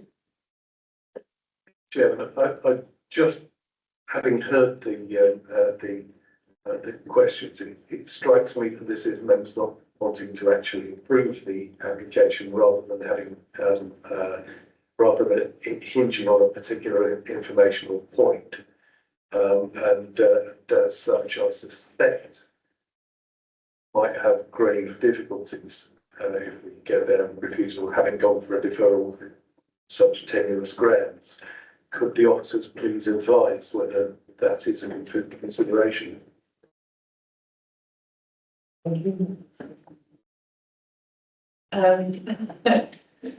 Yeah, it's tricky. I can see that there are concerns of councillors, and I personally, as the lead officer, would rather take the opportunity to respond to those queries so that members have a full understanding. I am mindful of our position at appeal, and what our housing and supply position is. The tilted balance, it is difficult in terms of harms that have been identified. It might be worth thinking about the test that would be applied. That is the significant and demonstrable harms, considering other large housing developments that we see across our rural villages. I personally would encourage members to go down a deferral route rather than a refusal route, because our position is as it is in terms of appeal, and I'm not hearing significant and demonstrable harms being articulated at the moment. Should members want to go down that route, obviously I'll be encouraging those discussions so that we can fully understand what they are. But at the moment, I'm hearing queries on that, which I'm hoping that we can, provide more information and reassurance in this tilted environment. Thank you. Councillor Ware. Oh, I'm certainly brushing my head really, but no. I'm trying to think, but surely if we talk about the demonstrable harm, the fact that this on a village settlement, a rural settlement, increases the housing by over 50%, surely must be considered when you're looking at this infamous tilted balance. Because the whole thing about a balance is it's tilted it tilts. It is at the moment tilted in favour of allowing the application. But is the weight of that, particularly the settlement figure, is that enough to tilt the balance back and make it something which should be allowed? That's my point. That's expensive. Thank you, Chair. So just a question. So you said that if we were likely to turn it down, because it's 150 houses, it goes to the Secretary of State. So if we're likely to turn it down, but we don't turn it down, is that where it's going? And is that different in cost to us turning it down and then having and the cost of an appeal? So if councillors are minded today to vote to refuse the application or a subsequent planning committee, then before the local planning authority could issue a decision, it would need to refer the application to the Secretary of State, who then has the option to call in the application to remove the decision-making authority from the local planning authority and take that. So as part of that, the Secretary of State would then have the power to determine the application, and as part of that assessment process, there would be a public inquiry. So that's that route. And then there's another route there. Should members be minded to refuse and the Secretary of State doesn't pull the application in and allows that refusal to go through, or refuses it themselves, then there would then be that opportunity for the applicant to then lodge an appeal, which would then be considered via an appeal. I mean, we can't say which route. It's a large development. There's a fair likelihood that would come via a public inquiry. So then that would be then considered by the planning inspectorate on an appeal. Seems like we can't win it. So, you're going to get 150 houses on the front. So, I would think that I would prefer to defer, give us a chance to find out. I would ask the officers also to look at the shop. And so I have been to Horton. I think I know where the shop is, and I don't think it really could be classed as a shop. I would like that looked into it, because when you see it on paper, it's got a pub, it's got a shop, it's got a bus twice a day. It's amazing. That's a great place to put 150 houses. But like, none of those things really stuck out. And I think looking at on paper and looking at, if you drive to Horton and have a look and see what it has got, that's a different kettle of thing. And I would like us to get every opportunity to look at this properly and then come back with an answer before the government steps in and they're going to get 150 houses, whether we like it or anyone else. Okay, can I just come back to Councillor Curley? Sorry, I'll come back to Councillor Curley. You've got a motion before Councillor Page. Now I'm just checking because, first of all, because obviously Councillor Kennedy is also putting forward. Are you looking? Okay. Okay, are you looking to continue with yours? Yes, I am. Okay, before I come back to this, maybe Councillor Curley, and then I'll come back to you. Thank you, Chair. I just want to get something straight in my head. So with this new change in legislation, we realistically can never turn down an application of over 150 houses without permission from the Minister. Is that correct?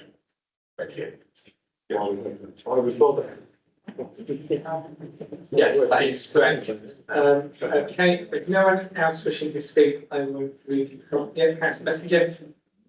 It strikes me that as the planning committee, we're looking down the barrel of a two-barrel shotgun. And the only thing that we can do is go for deferral and sort out the problems that are remaining there. If we turn it down, we're done for either way. Thank you. I would urge everyone to read up on the changes to the planning laws, because I think you have something you really need to look at. Councillor Burke? I'd be quite happy to second the proposed deferral. And the deferral grant would be as stated by the planning officer a few moments ago. I think there was 3 there: education, overdevelopment, and what the third one was now? Transport. And amenities. Okay, park that, and we'll go back to Councillor Page first to see if he's going to make that proposal. Thank you, Councillor Page. Thank you, Chair. Yes, some time ago I made a proposal for deferment. Everything I've heard since then, particularly from the lead officer, makes me feel that is the right decision. So my proposal, again, is that we defer and we get clarification on the issues raised, which I think we've already made a note of in terms of, do I need to go through them again? Are you happy for Nikki to go through those to check that you're happy with it? Thank you. Thanks, councillors. I thought it'd just be worth just running through those. My understanding of the issues to come back via deferral would be to clarify the settlements. So that's point one. Point two, to clarify public transport. Okay. Point three, to check and scrutinise the education comments, including SEND provision. We also have another issue about the shop, which you'll have to include that, Councillor, and local amenities and connection to policy requirement.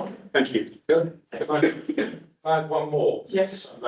In the distance and the rural state of the roads between this 150 house development and the school, I believe, I may be wrong, it's something like 2 miles. And there is no pavements. So that ought to be one of the considerations in the highways matter. So the active Yeah. and if we can have a map in the report that clearly shows the two settlements and how they're connected with one another. So are you happy with that, Councillor Taylor? Is that proposal? And Councillor Martin Mayor, are you happy to second that? Yeah, I am, yeah. Okay, so we have a proposal and a second on the table, and a show of hands for all of those in favour. Okay, that is unanimous. No, sorry, no, I'm sorry. And those against? Any abstentions? No? Okay, so that is the vote. Please do not pack your bits away yet. I have something else for you. So if members of the public wish to leave, by all means, you're more than welcome to. We have one item left to discuss. And this item will come back again forwards when the articles are ready. I just give members of the public an opportunity. Can I just make one comment? Can I have notice of when the planning meetings are? So the meetings are all fixed. If you go on the website, you'll see the schedule of meetings already published. But we weren't told, not coming, wasn't told about this until last Monday. At the same time, if members we were closed. That's the same, if parliamentary, you do the same way we did with them. Thank you. Yeah, you make sure that's going to close the house.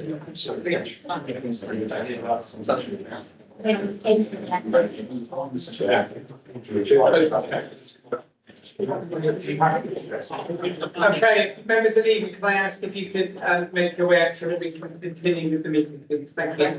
Thank you.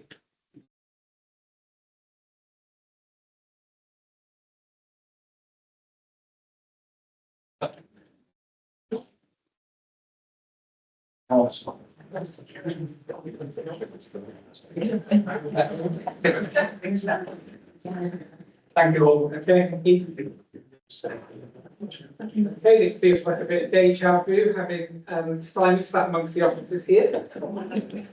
So this is the item that we were looking at bringing forward to the beginning of the meeting. Unfortunately, we may have forgotten to tell Simon that we were going to do that.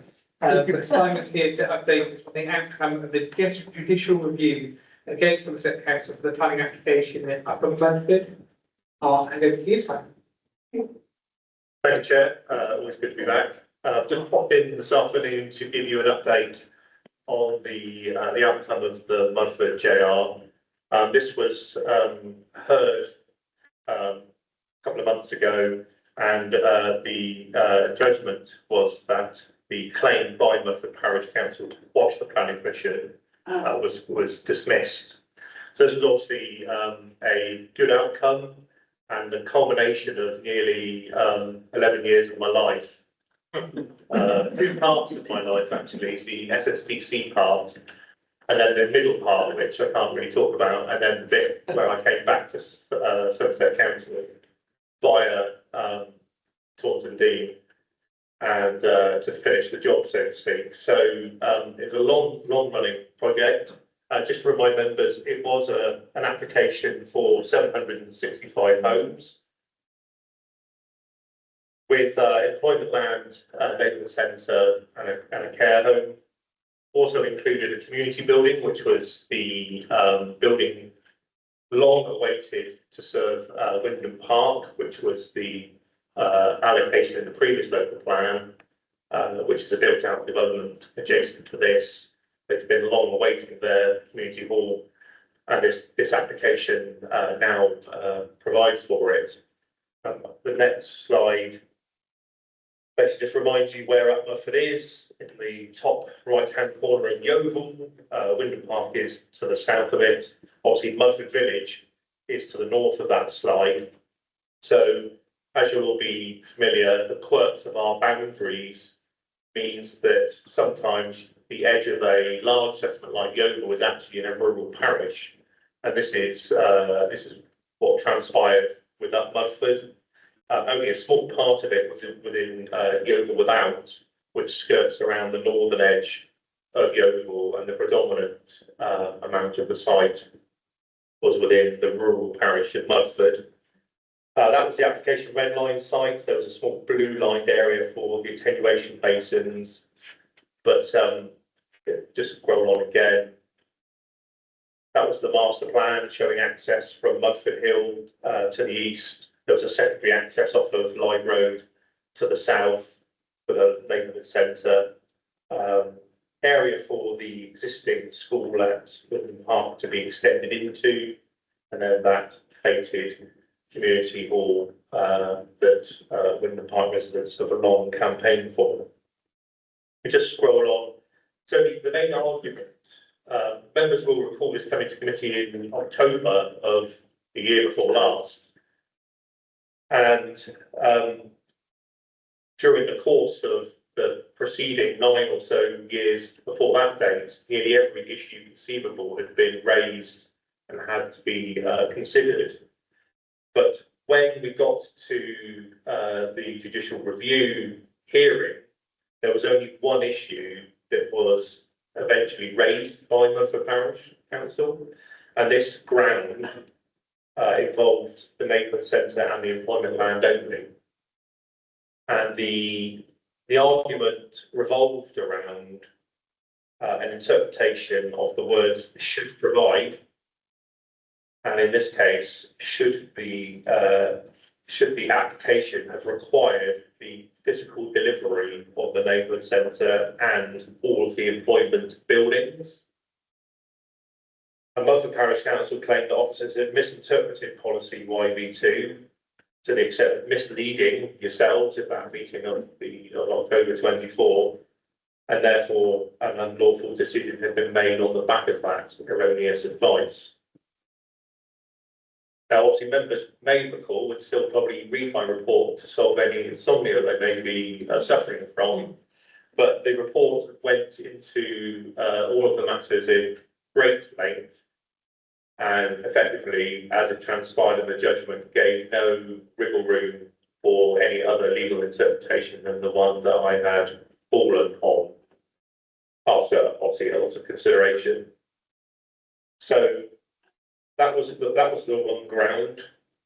So what it did mean is that those issues that weren't argued, that had been argued for many, many years prior, including the principle of development, landscape, flooding, highways and traffic, anthrax, biodiversity net gain, affordable housing, lack of infrastructure, the Section 106 obligation, and development viability and predetermination of the application all didn't proceed to the judicial review.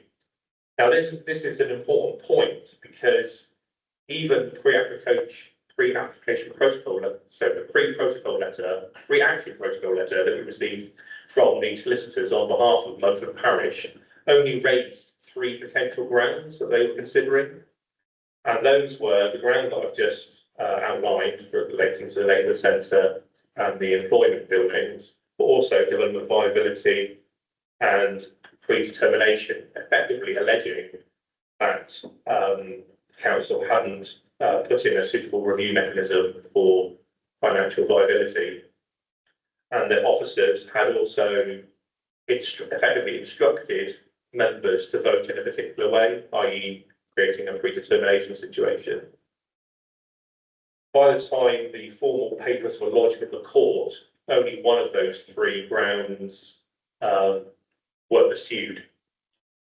And therefore, that was what the legal paperwork, which I've appended to this update report, then went on to effectively argue through various submissions. So in short, the argument that Mudford Parish Council made was that the neighbourhood centre should be built out in its entirety by a certain trigger point. And I had argued, and this committee had agreed in granting planning permission, that we would use mechanisms to the effect of marketing and the master planning initiatives that we use to ensure that would come forward would be sufficient to meet the policy. And the judge agreed with that interpretation. With regard to the employment land, the policy actually says employment land. It doesn't talk about buildings at all.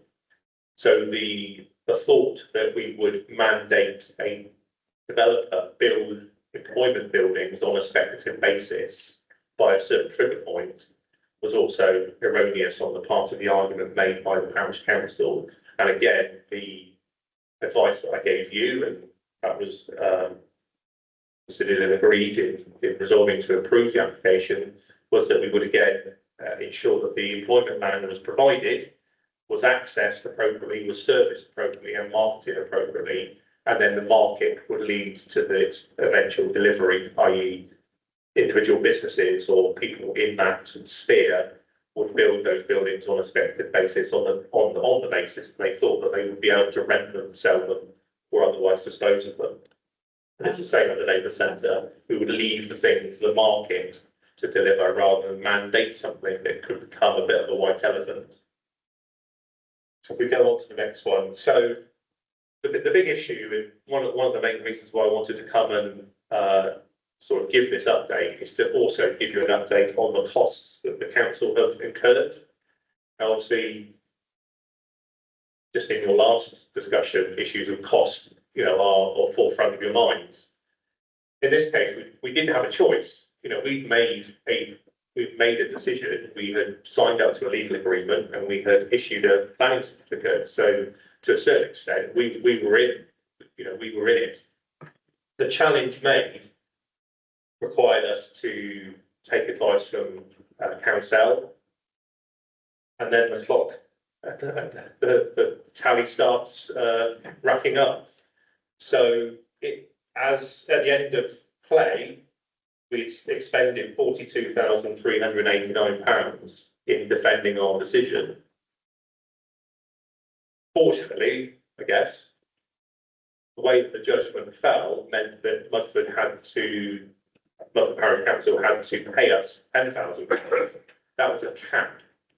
That is a cap established by the Almas Convention, which enables the public to participate in the legal process without effectively bankrupting themselves. So that cap is established and has meant that we've been able to recover some funds, but we're still over £30,000 out of pocket in defending a decision which, as I said at the end of my report, I didn't require you to read all the legal papers because they did mount up. But if you read the judgment, there was no sort of angst in the judge's mind. It was fairly unanimous, and therefore we could have done a lot more good with that money. Mudford could have done a lot more good with their money that they'd expended on their legal funds. And of course, the developer has expended money on their legal representation as well. So all in all, a significantly expensive process, a very expensive day out in Bristol as it transpired. So I believe that money has been paid. That money has been paid. So and we've obviously settled our bill with our council as well. Trying to keep good relations with them.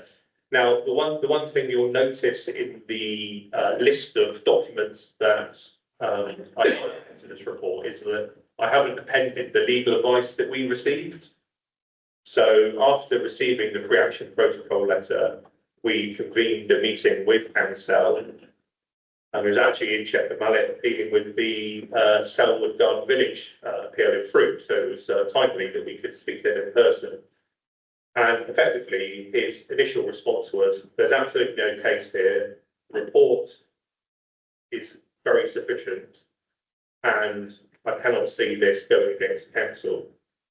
So at that point, we didn't really need that in writing, because that was fairly concise and fairly unanimous in his advice. Now, there's a reason why they say the law is an art, and you never know until you know. The process has to play out. But against that backdrop, it's even more galling that we've had to spend out that money to fight that argument. And it also begs the question what advice the other side would have given in terms of deciding to pursue this. Because in their situation, they would have asked their legal counsel what mechanisms they had to further argue the decision. And then they would have presumably asked their legal counsel to give them a chance. You know, is it a 50-50 chance? Is it a 60-40? Or is it 80-20 in our favour? And I would have thought anything less than 50-50, they should have been asking themselves whether it was worth suing based on expending more of their own money in terms of precept and fundraising that they had undertaken and are undertaking, but also putting the council to an expense that we barely need as well in our economic plight that's well documented. So we had to play out the argument, and our counsel was proved right in his initial attitude that everything was going to be fine, largely based on the examination of the policy, the interpretation taken, and the way that the report was set out, which gave clear indication that every issue had been considered and that that judgment and that interpretation was legally sound. But just got a couple more slides, because whilst the action was brought by Mudford Parish Council, they are as one effectively with FOMAG, which are friends of Mudford Action Group, and they've been doing a lot of fundraising on behalf of the parish to fund this legal process. There are also several parish councillors who sit on FOMAG. And it's just interesting looking at this document from March 25 that they remain determined to hold planners to account and ensure that whatever is built in the parish of Mudford is in line with what people in the parish actually want. Well, they've certainly held us to account, but they have expended a lot of money in doing it. We just go on to the next one.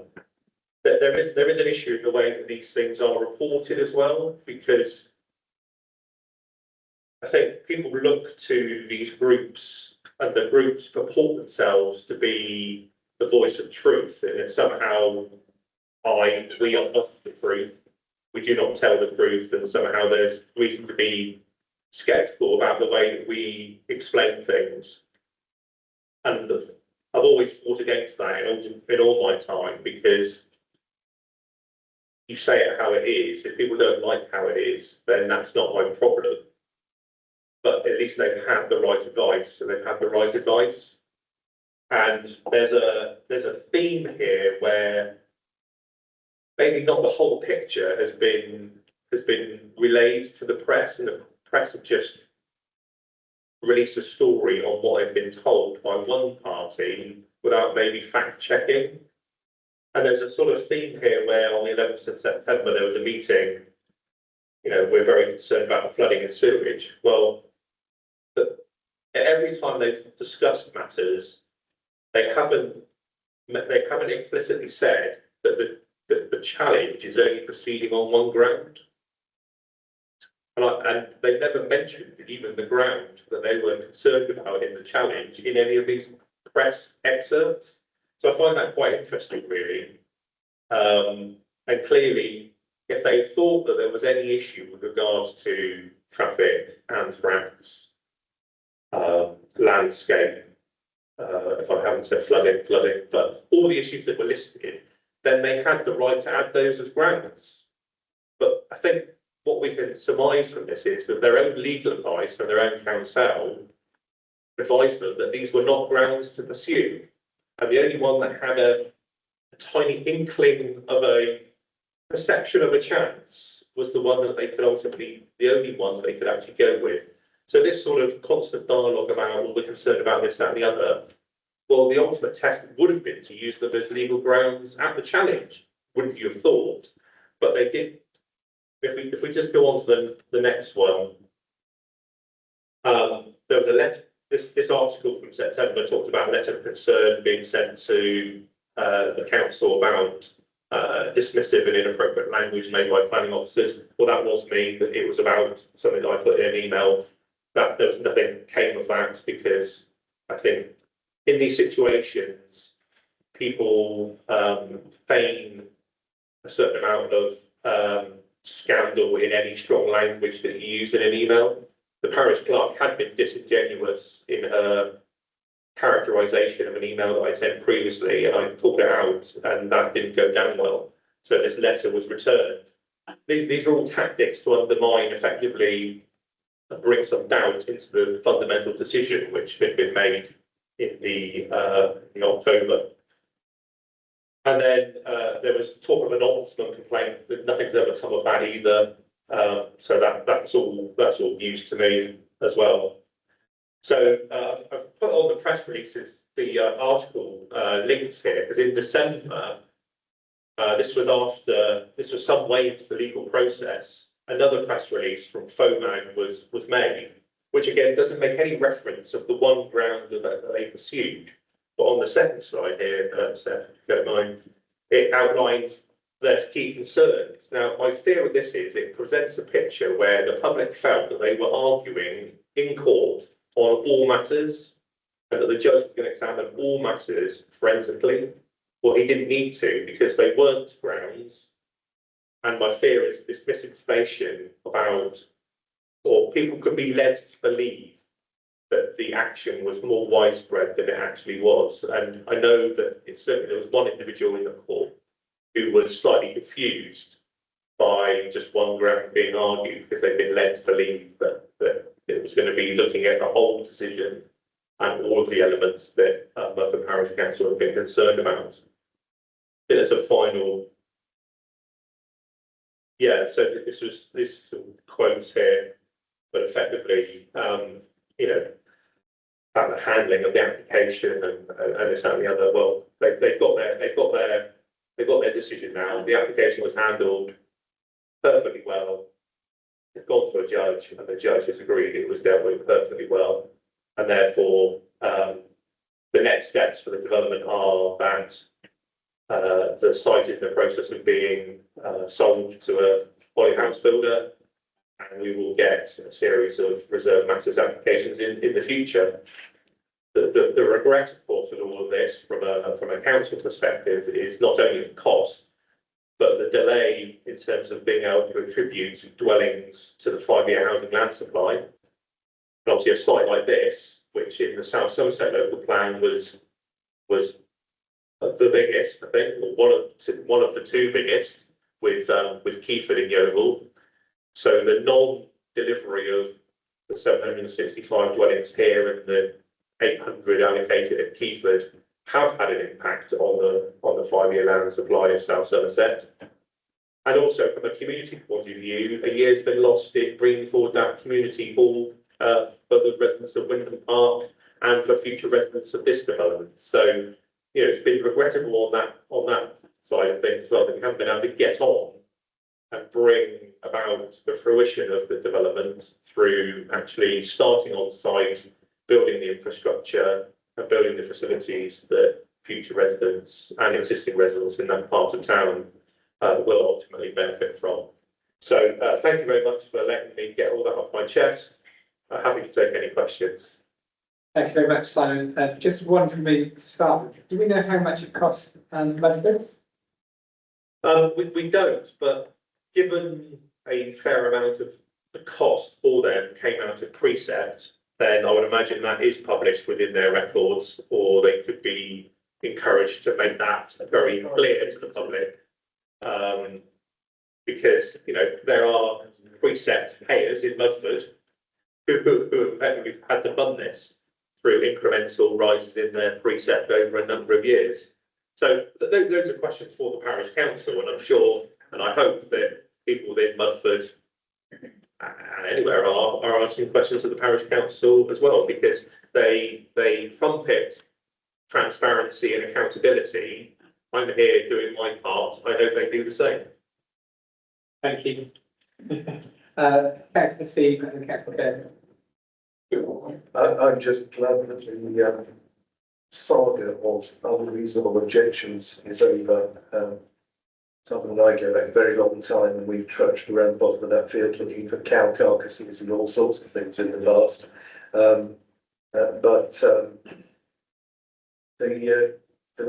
This is a very small settlement, 360-ish houses, the village of Mudford.